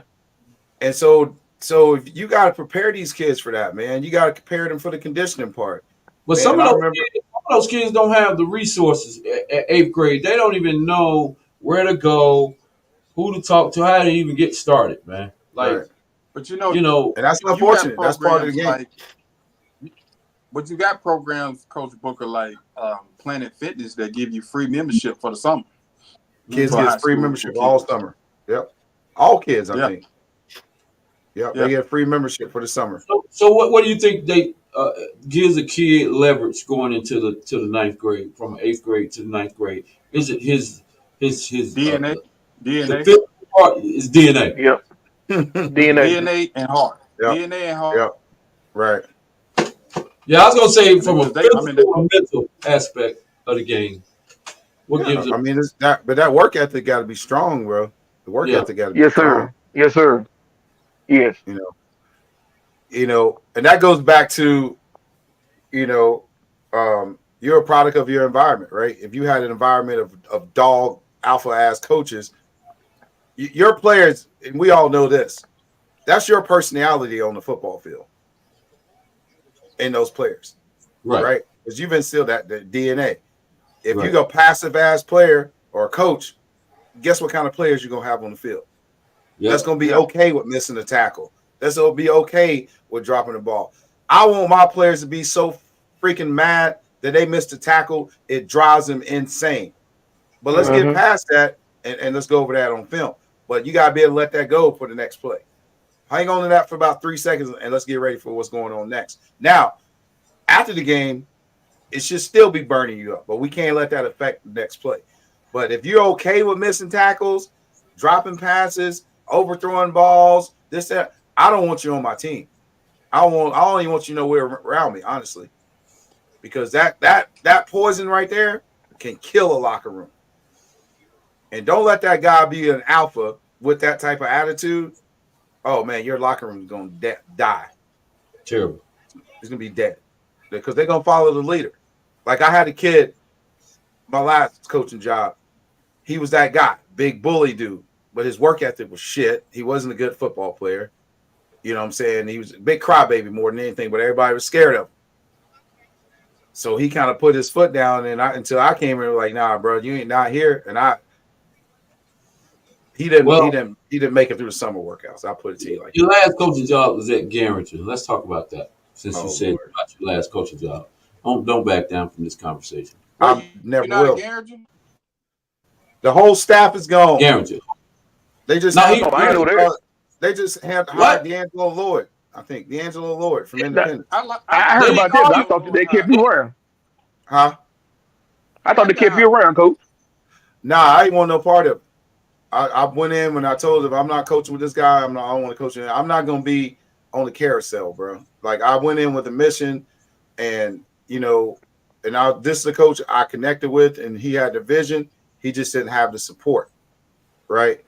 If you don't have that administrative staff supporting you, it's gonna be at that in that type of situation, it's not gonna succeed. So Mm. I don't want to be part of a carousel because with that administration, it's going to be a new coach next year. Watch Wow. what I tell you, Wow. Breaking news because right there. they don't I ain't have know the that. support. They don't give you the support that you need to build a successful program. Right. You know, they had what 2 ADs in the season. Like the AD that put me on the staff was gone before we played the first game. You Mm. see what I'm saying? It's just like it's just too much turnover, and it's almost like it's definitely not a winning culture, and I can see Bro, why. if Being the I was first, building, if I was building Garinger, if they was to bring me into Garinger to coach Garinger High School, I'd tell them, hey man, let's just announce that we don't have a varsity football program right now. I'm gonna start building this JV. Give me an opportunity to build. We just got Garinger just got a JV program, right? mm-hmm. And I'm gonna go out and I'm gonna make sure I got some of the baddest damn ninth graders possible I could possibly get Right. in that area, bro. And let me build that doggone JV team. Garinger doesn't have. They got to do something not traditional the way they've been So, doing. coach, you They know can't me go. for how long? How They long you can't know go me, Booker? How and long you let know me me? do the same thing. About How 20 long you years, know me? long So time. you don't think that's what I went in saying? I hope so. Somebody need to say it. Come on, bro. I was like, So why do we have is a it just varsity doomed? program, bro?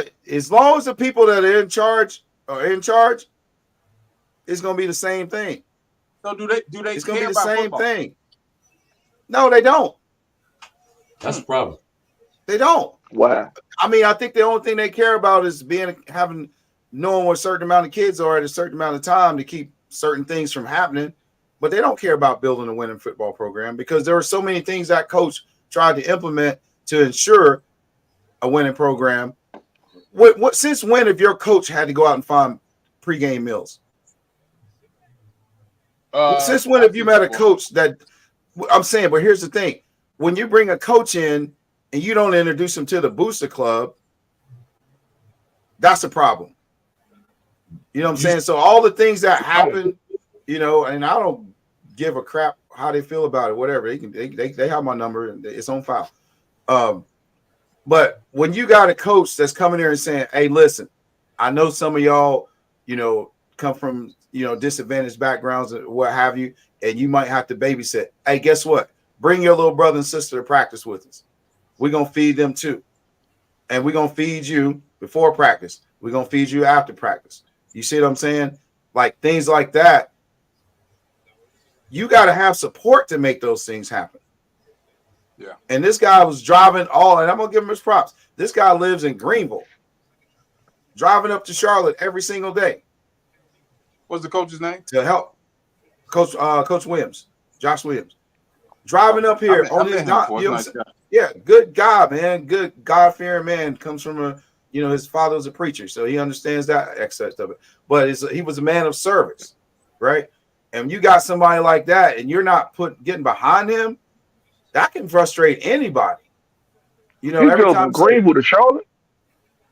every day, God. Yeah. See, actually twice a day I because I thought had to go he home. went to a new job. I didn't know there was some issues. Nah, man, he resigned because he had certain things and they wasn't willing to work with him. So he's like, listen, Okay. man, I can't work with this. We're So let me already ask you behind this, the eight Coach ball. Clark. What advice, and you don't have to go into detail, but what would you give to the new coach as far as being successful? Because ultimately we want the program to be successful. That's why you were there. What do you think Well, he can do? you got to bring in a quality staff of guys that are dedicated to these kids and getting these kids, developing these players, and not even just. There's so much that goes into the day to day over there off the field that you got to be prepared for it, right? So you got to come in with a heart of service, understand that you're probably not going to win. You know, it's going to be hard to build a team. Understand that your kids are going to be undersized because of their economic status, right? You got seniors that are 130 pounds, bro. You know what I'm saying? Like they don't have what they need at home to be successful in football. You know what I'm saying? And you don't understand how I think the biggest kid on our team was 240 pounds. You see what I'm saying? Like they're it's a lot that goes into it, man. But hey, listen, like I said, you got to come in there with a strong staff and understand the assignment. First of all, understand the assignment. And there's gonna be days you're gonna be wanting like, what did I get myself into? And those are days you got to understand why you're doing what you're doing, right? Have resources that outside of the school that's going to help you build, right? Because you're not going to get the support that you need inside the school, right? But yeah, like I said, you come in with a strong staff, understanding your assignment, understanding this is going to be a long road, right? Then and then you got to have the players. But then you got you got people that work at that school, right? That coach at other schools that are recruiting kids from your school to go play at this other school. And that was known, and there was nothing done about it. What? So this is what I want to know, man, because I'm a Charlotte guy, right? So seeing Garinger be successful is something that I like to see.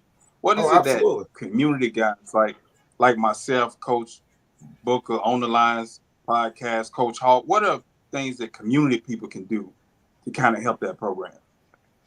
Well, the one thing I saw is just support, man. Like, one thing that was one of the things Coach Williams did. We have more stamps in attendance than they've had in years. You had kids that are excited about playing football. You had students are excited about, parents excited about it. People in the local community excited about it. So you got to get there and support these kids and then figure out, through the coach, how you can be. I don't know, firsthand. I don't really know this coach, so I don't know what age you could be to him. But I know when I was there, hey, man, listen, I just need strong, positive brothers to come out there and show these kids you can do this, right? Because a lot of them don't have that male influence. And I'm one man, coach. You got 30 kids over there. I can't be a mentor to 30 kids, right? So what they need is what something we were building is have a group. I'll be candid. A good friend of mine, he's a Q. He had 10 brothers that would say, man, we'll be at every practice. Give me 2 or 3 kids that I can be responsible for. They shut that down. So what are you trying to? Come on, man. You see what I'm saying? Yeah. How can you build when you don't have the support inside to build the infrastructure you need to produce something positive on the field? And that's discouraging as a coach. That's discouraging as a coach. Like, damn, man, we trying to do this and we trying to do it, and you bucking us at this turn. There's a guy that was willing to come over there. Man, listen to this. I ain't on staff. I don't give a shit what they think, what they say. Hey, man. Hey, yeah, let's go. Listen, put it on the line. You got a guy that his son played with my son over at Randolph. He's a mental health specialist, a therapist. This guy said, listen, I want to come over there and offer counseling to every player. You know what? Double down. I want to offer 90 days of free therapy to the entire family. You know how big that is? Huge. You think it happened? No. I wouldn't be talking about it if it did. Nothing's happening. Nothing is happening. I'm not a Charlotte guy, but I'm tired of hearing it. I'm tired of hearing it, bro. I went to Garinger. You don't think I'm sick of hearing it? tired of hearing about Garinger, and I'm not even from Charlotte, bro. But that program deserves maximum support from number one, the administration staff, and I think that some type of way this community got to get behind these guys. And Man, it has to be community. That's why I asked that question. Yeah, and I Like think I this don't want to presence, see Tony, I don't want to presence. see the Charlotte Hornets and the Carolina Panthers donate this to Providence Day. You know what I mean? right, What about Garinger? What about The Harding? rich get richer. Now, I will say this: they got Yeah. one of the nicest weight rooms I've seen. The weight room is off the chart. You know, that was man. Listen, but then you are having there was conflicting schedules with the football players are priority in the weight room. You're going to tell me that you got the boys soccer team scheduled when these football kids or volleyball or track, bro, everything follows behind football when it comes to that weight room. And a lot of those losses we had Well, I can tell you came this. down to weight room. It was weight I room. can tell you this. There was some play. Gentrification is in full effect in that area, so the Man, listen, makeup when of the you put, community is gonna change You here looking shortly. new. bro, say that listen, again, when Tony. yeah, The full makeup effect. of the community about to change real shortly. So Oh yeah, it But won't be the here's the same thing. Garinger in a But couple of here's years. the thing. Here's the thing. But how do you get those kids, those parents to send their kids to that school right now in that environment? When you come into Garinger, enter the football field, there's a $500,000 house right there in front of Garinger. Right. Right. You got to pass it. Several of them. But their kids aren't at that school. So how do you go and convince these people to send their kids to that school with the reputation that precedes that school? How do you do that? So yeah, it sounds great. You know, you have the infrastructure, you have the people around you, you have the influence around you, but how do you get that influence into that school? That's the key. Now, is it going to be rezoning where these kids have to go there? But if these parents are living like that, they can afford to send their kids somewhere else. but Garinger has no business playing in the conference that they're in either. I mean, aren't they 4A? Aren't No. they 4A? Oh, but here's another thing on that. So, knowing me, how long you know me, I'm like, bro, why are we not 2A? Exactly. Because they go by the enrollment, right? And it's not even a true enrollment because I sat down and talked with the AD, right? And I was like, this my question to him, why aren't we 3A? Why aren't we 2A? Because they go by the amount of students registered, but they're not going by the clicks. How many kids actually attend school on a daily basis? A third of the people that's on the roster don't come to school. So you got 1,200, 1,300 students, but you only got 800 kids showing up for school today. That's crazy. That's So, crazy, but if man. they base it off the people that actually showed up for school, we'll be a damn 2A school. I'd love to be a part of the change, even from just from the outside. If they Oh, need, bro, come on. if they just need men volunteers to show up and be on campus when the kids come in, just to show that the Bro, community. now let's just keep it all the way 100. They need strong black men over Yeah, there, not just men. Strong black men, positive, Exactly. professional, family men, businessmen, shit, laborers that are positive. Whatever you're doing to right. show them. Listen, bro, and I said this so many times. I got sick of saying, bro, I'm from here. I get it. Granted, the Garage when I went to Garage was a whole different school. It was probably one of the most diverse schools in Charlotte. If you had 40 kids in the class, 18 of them were black, 22 of them were white. You go to another school, class is 22 blacks, 18 whites. You see what I'm saying? It was. You go over there now. I don't think I even seen 3 white kids over there the whole year. Man, I tell you what, this conversation is real discouraging hearing it come from you, man. Yeah, I'm on the inside. So You they go live it. You one of the Go most live it. dedicated, strongest cats I know from around here, and this, woof. Because I'm with Yeah. Booker, I always And I'm had the mindset of, man, I wonder what I could do or how I could change. But to see you go in and, boy, that got to be tough. Tough every day. But you got But to I didn't know understand you what you're facing all dealing that with. though. No, there you go. That's why turnover. Mm-hmm. You think all these coaches want to be one and done over there? You know what I'm Hey, saying? I need a Mm-hmm. middle. I need a middle school defensive line linebacker coach at J.M. Alexander. My phone just went dead. Welcome to the family. I am Hey, there you go. dominate middle school You football. see my face screen? Man, you silly, man. Come on, Hey man. man, Don't do Hey me Put a like put that. a man, put a put a put a hat on him, Coach Booker. Put a hat on him. I'm gonna get come it, on, man. man. Yeah. I'm I gonna get know it. he's been working. He's been chipping away. I'm gonna get it, man. I'm looking to dominate middle school. And middle school, hey, I like the tone of middle school now, right? Y'all boys from Charlotte. I ain't from Charlotte. I heard this was the first time they ever had this whole little middle school The playoff playoffs. thing. Seemed like mm-hmm.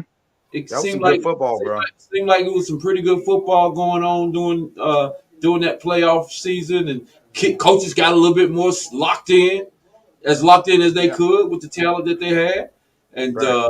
it seems like it's just a lot more incentive for the middle school, to amp it up a little bit. You Oh know what I yeah. mean? I Oh yeah. kind of like it. I'm kind of excited about rolling into it. And the opportunity to coach kids for 5 days. The last few years I've been coaching, man. I ain't even my kids. I don't get to coach my kids, but one day a week, and that's on game day because the rest Facts. of the time they're in school ball practice. Now I get to coach kids every single day. They come to practice 5 days. Oh You man, gotta love it. oh you gotta love that. You gotta love it. Yeah, you get a whole lot better opportunity, man. To coach. I'm gonna tell you, man. I think middle school was the most rewarding to me as far as just the level of peace, man. And it's just Yeah, football. yeah, Yeah. just Middle school coach. was Yeah. just to me, in my experience, it was just football, man. It wasn't, my son got to score touchdowns. Nah. It wasn't scheduling. It wasn't if it rained today, do we cancel practice? It was just football, man. It was peaceful. And then you get up to high school and it's just my kids Oh better my have God. 13 offers when you step on campus. Right. Right. And it's Right. just like, dude, that's enough for Well, that. you know what, man? With that middle school, bro. Now you're gonna find out if you can coach or not. Yes, Honestly, sir. Yeah. because in middle school you get what you get. Yeah. You get two good players, you got a good team. Yeah, you get what you get. You don't get to go That'd be out true. and build a team. You're right. You get what you get, If you get two I'm looking forward studs, to you that. got a good I like football that. team. Yeah, I'm looking man. forward to it. Yeah, but So next that's week, that's probably honestly that might be the purest form of football out there yeah, Yeah. That's why I said because it, you man. get I'm what telling you get what walks through. You got the kids that on your team walk through that school hall every day. They don't go somewhere else and they come play for you. You get what you get. Now, Now, yeah. kids Pop Warner, and our kids in portals to get to middle schools. Say that again. Our kids picking middle schools. Uh, I ain't gonna. I don't know nothing about that. You have to I'm ask not. them. I'm not sure. I'm just now moving into the middle school. Mm-hmm. But the So thing, he said, all "Portals." I know is the Giants right now probably have one of the most dominant programs in youth football, and a lot of them play for J.M. Alexander. Man, shout out to those guys. Yeah, I Those guys can't doing wait. they doing a good job over there, man. They doing a good job. Man, I love that Giants program, They man. doing a real good job. Yeah, Yeah. yeah. They look like the old Hey, you know who else EK doing a good job? programs. You know who else Who's doing that? a good job? The On the Lines podcast, man. I saw them broadcasting Ah, games this week, man. I said, oh Yep. yeah, oh yeah. The those guys takeovers. everywhere, man. Man, you know what, man? Hey, I'm gonna tell you, man. You remember the what was it, Carolina Sports District? Yeah, And then back in you the went day. to back in the day, and then you went to the Gridiron 704 and the work that they did. Like it's like, man, I love to see guys just out there just promote kids, man. Yep. Yeah, Just Mm-hmm. promoting kids, keeping the environment fun and keeping it safe, man, and just bringing back that love and that passion for football, man. Because that's one thing, whether those guys like the Carolina Sports District, Gridiron 704, what you guys are doing, those are the people, man, that give us that edge in this region Mm-hmm. where they say North Carolina ain't just a basketball state. You know what I mean? Yeah. because there's been a lot of kids coming out this region, man, the last couple of years as a result of just coaches, organizations, and different media outlets that's putting in work, man, that's making football exciting around here. Seriously. I Mhm. agree with that. Yeah, I man. love it, man. I love it. That was kind of our angle, man. We now that I say I'm not coaching youth football anymore, I want people. I want to get inside of it, man, and show the real, genuine rawness of youth football, man, and get these kids they flowers. If these coaches are coaching, then Absolutely. then we want to capture them and give them their flowers, man, and show Right. the national from a national standpoint, I want the nation to see these guys. So Right. we They like created it. this platform, Mhm. and they asked me, "What are you gonna do with it?" I'm gonna stay in my lane. I'm Absolutely. gonna get outside my lane a little bit and talk to some other interesting, influential people that's out here. I like doing that, sitting down, chopping it up. But at the end of the day, I'm gonna stay in my lane, man. This is. I feel like I'm inside the lines writing a book now. Now I get my opportunity to write my book, right, and Mm. tell my story, right, and so I'm gonna have some real fun at this, man. You Nah, know, man. I love it, man. Man, I love it. Love it. can you imagine being 10 years old and being mic'd up in a game? Come on, oh dog. What? Right. Right. They love it. Can you imagine like Booker, like Coach Booker was saying, the essence of a kid playing youth sports when you can hear what he's really saying and thinking the Hmm. in a real football raw, game. Come yeah, on, man. Yeah, you in a coach. You in the I huddle, mean, bro. imagine We in the huddle. you mic up the kid that don't really want to play. You know, right, the kid that's scared. What if he get mic'd up, man? That'd be hilarious. Nah, he ain't go. That ain't gonna happen because I'm like Nah, Coach. mic him up too, Coach Booker. You gotta Nah, mic nah, that nah. kid Who's up. your dog, Coach? Who's your dog? Hey, Who got you some gotta mic up personality? the kid that but say, I don't like "Dog." those kids that don't say nothing. That's what I'm saying. I'm like, The Coach, you kid got that give say, me "Coach, who's I don't Mr. want to go in the Personality. game." Right, I want the kid that don't want to go in the game. So when his parents start complaining, we gonna roll the tape. yeah, exactly. Well, he said, "Coach, I don't want to go in." Coach, he big. You putting them on front street, Coach. Coach, I don't want. Hey, Coach, I don't want Mhm. the ball. I don't want the ball, Coach. Mike Hey, him up. trust me, man. We amping this thing up, man. We Oh man, ramp you about to see, baby. we building this thing, man. I'm in the little studio right now, makeshift studio right now, man. If you can see what the work that we put in, man, and the plans that we have, and man, it's all based on these kids, man. It's really all the way through high school. Hey, man, we gonna dial into the middle school. We coming for the high schools.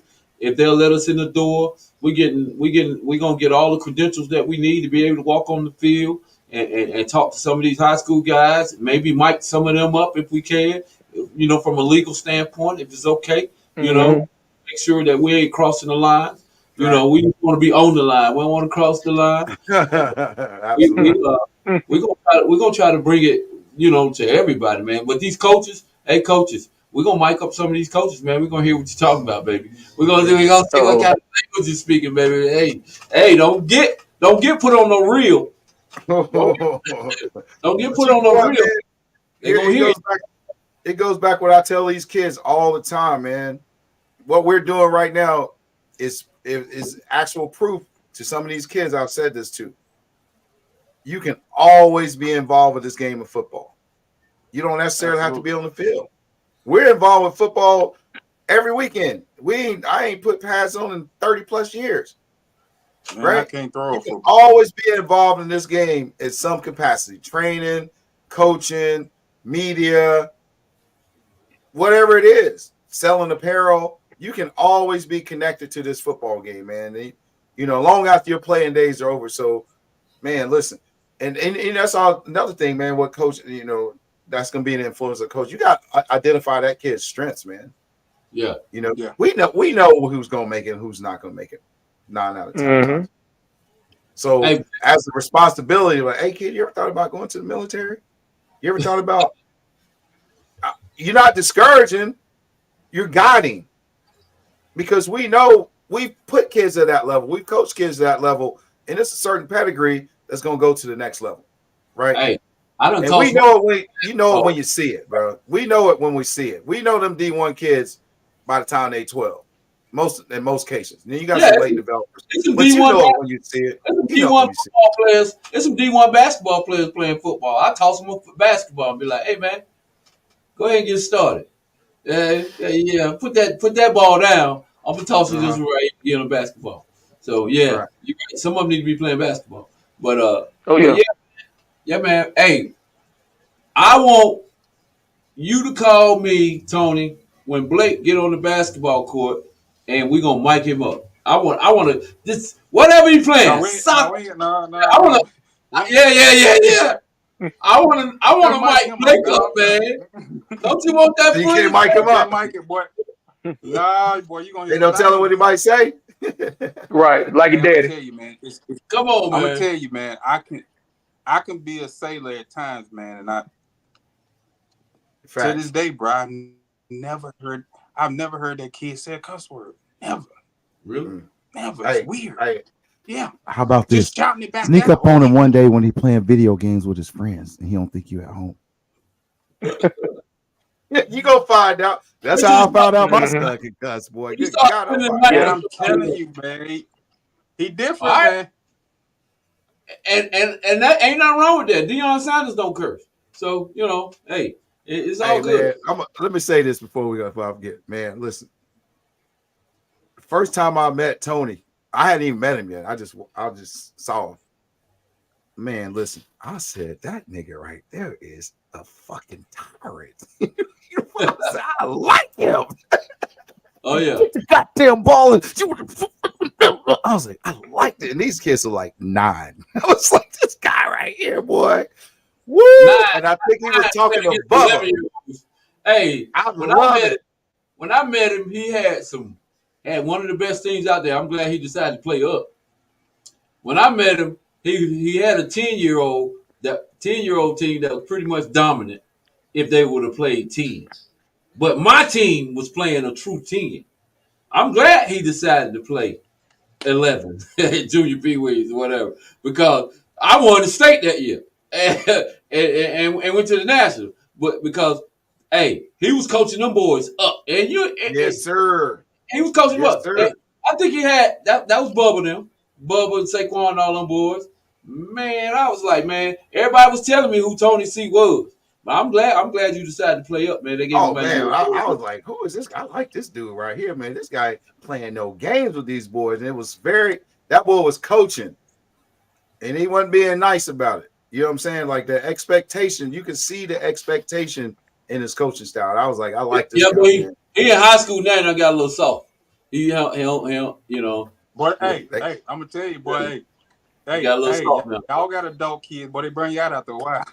boy, They yeah. bring you out. Them But man, niggas bigger than half of them bigger than him too. So You all want to of them bring bigger that than me. thing out. But you know what, man? I'm gonna tell you something. And Philando, you've been around, man, and whether y'all know it or not, man, I don't get a lot of credit. But I don't want it either. But I'll tell you what I did do, man. I saw what Booker was doing, and I needed it. You understand what I'm saying? I Mm, saw what Coach Hawk was doing for those group of kids, and I needed it. I saw what Philando was doing, and I needed it, man. And the biggest thing for me wasn't trying to be the guy or to be the making it all about me. It was trying to find a way to impact the world instead of trying to make the world revolve around me. And in order for Right. me makes to sense do to that, bro, me. I had to get with the right people.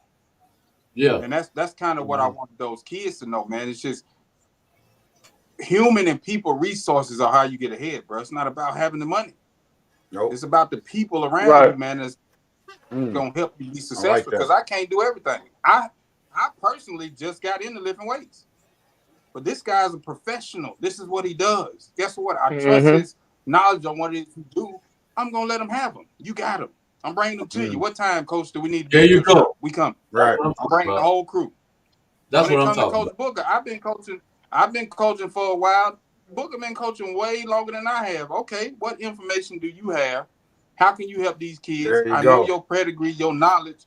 I'm finna bring it. I gotta have it. Same thing with Hulk. When it comes to getting them in school, man, I gotta have it. So I just think, man, that's something that people. And the biggest thing is to me is just being intentional, man. And when you Right. sitting, like with Coach Booker, you watching, or Coach G, you watching the drafts and you watching football on Saturday, man, that shit's so rewarding. It's ridiculous. Come on, It dog. is. It's very I don't need a gratifying. I don't need a coach of the year. I don't need a shout out, dude. I just need to cut one of these 7 TVs on and we going to work, bro. We watching football. And Yep. That's for it. Mm-hmm. me, man, it was just something that I saw it at an early age, and Coach Book and myself, we preached about it. D1, free school. D1, Yep. free There you school. go. And guess Free what you school. gonna do? Man, you gonna That's you gonna mess it up. I know you're gonna mess it up because you're gonna do something stupid. yeah. And they teenagers, they gonna do stupid stuff, but I bet you they're not doing as much stuff that they probably would be doing Oh, if you didn't have absolutely, bro. this guy right here, this guy right there, that guy over there. Because I know Booker gonna make that call and say, "What's going on with you?" Hawk gonna make that Exactly. call. What's going on with you? Absolutely, And bro. and Don't and play with I me. think, man, before we get off of here, especially, man, for anybody that's up and coming, man, because a lot of people don't like the young coaches. I'm Mm. I'm I'm happy to pass it to them. You know what I'm saying? Like we Right. got Right. cats like, man, I don't know if y'all know him, but like CJ that just passed away, man, that was guys like that shaped the whole generation, man. Right. And we got guys out here that are doing it now. I think it's our responsibility just to make sure those guys are doing the right way. Because That's right. I think, and like you said it about me, Coach, I didn't get caught up in how the world did it. I tell people all the time, bro, I had a grandma, so I know simple right from wrong. You know what I Absolutely. mean? I Right. cannot smoke at the football field and then go call the game. I can't do it. Yeah. Right. They It's still. Right. legal. Dude is right and it's wrong. You know what I mean? There's nothing that you could do in life where I could say I haven't seen it, been a part of it, or know somebody who's been engaged with it. Right. But Right. it's just certain things, and I think that's our responsibility, man. That's why, like I say, when it comes to the youth games and the 7-on-7s, I'm gonna show up, man, just to be that guy to say, let's do it this way. You know what I mean? Yep. Right. Because that's what the Hey, game need, man. hey, so check it out, man. I appreciate y'all, man.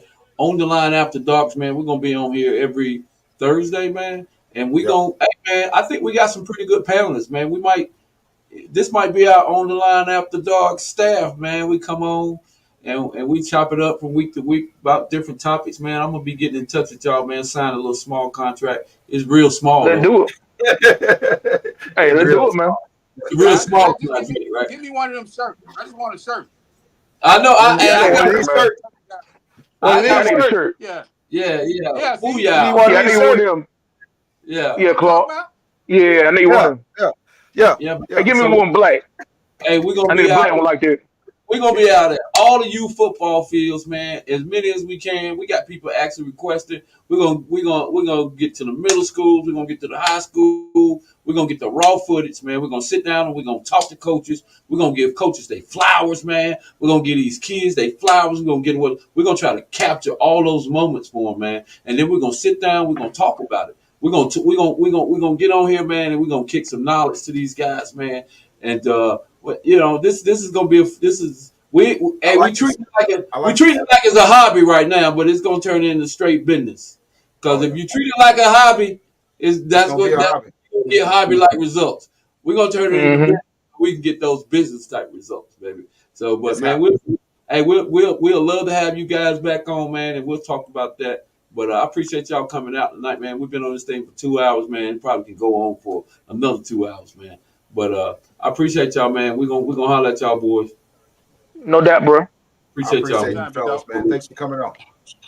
All right.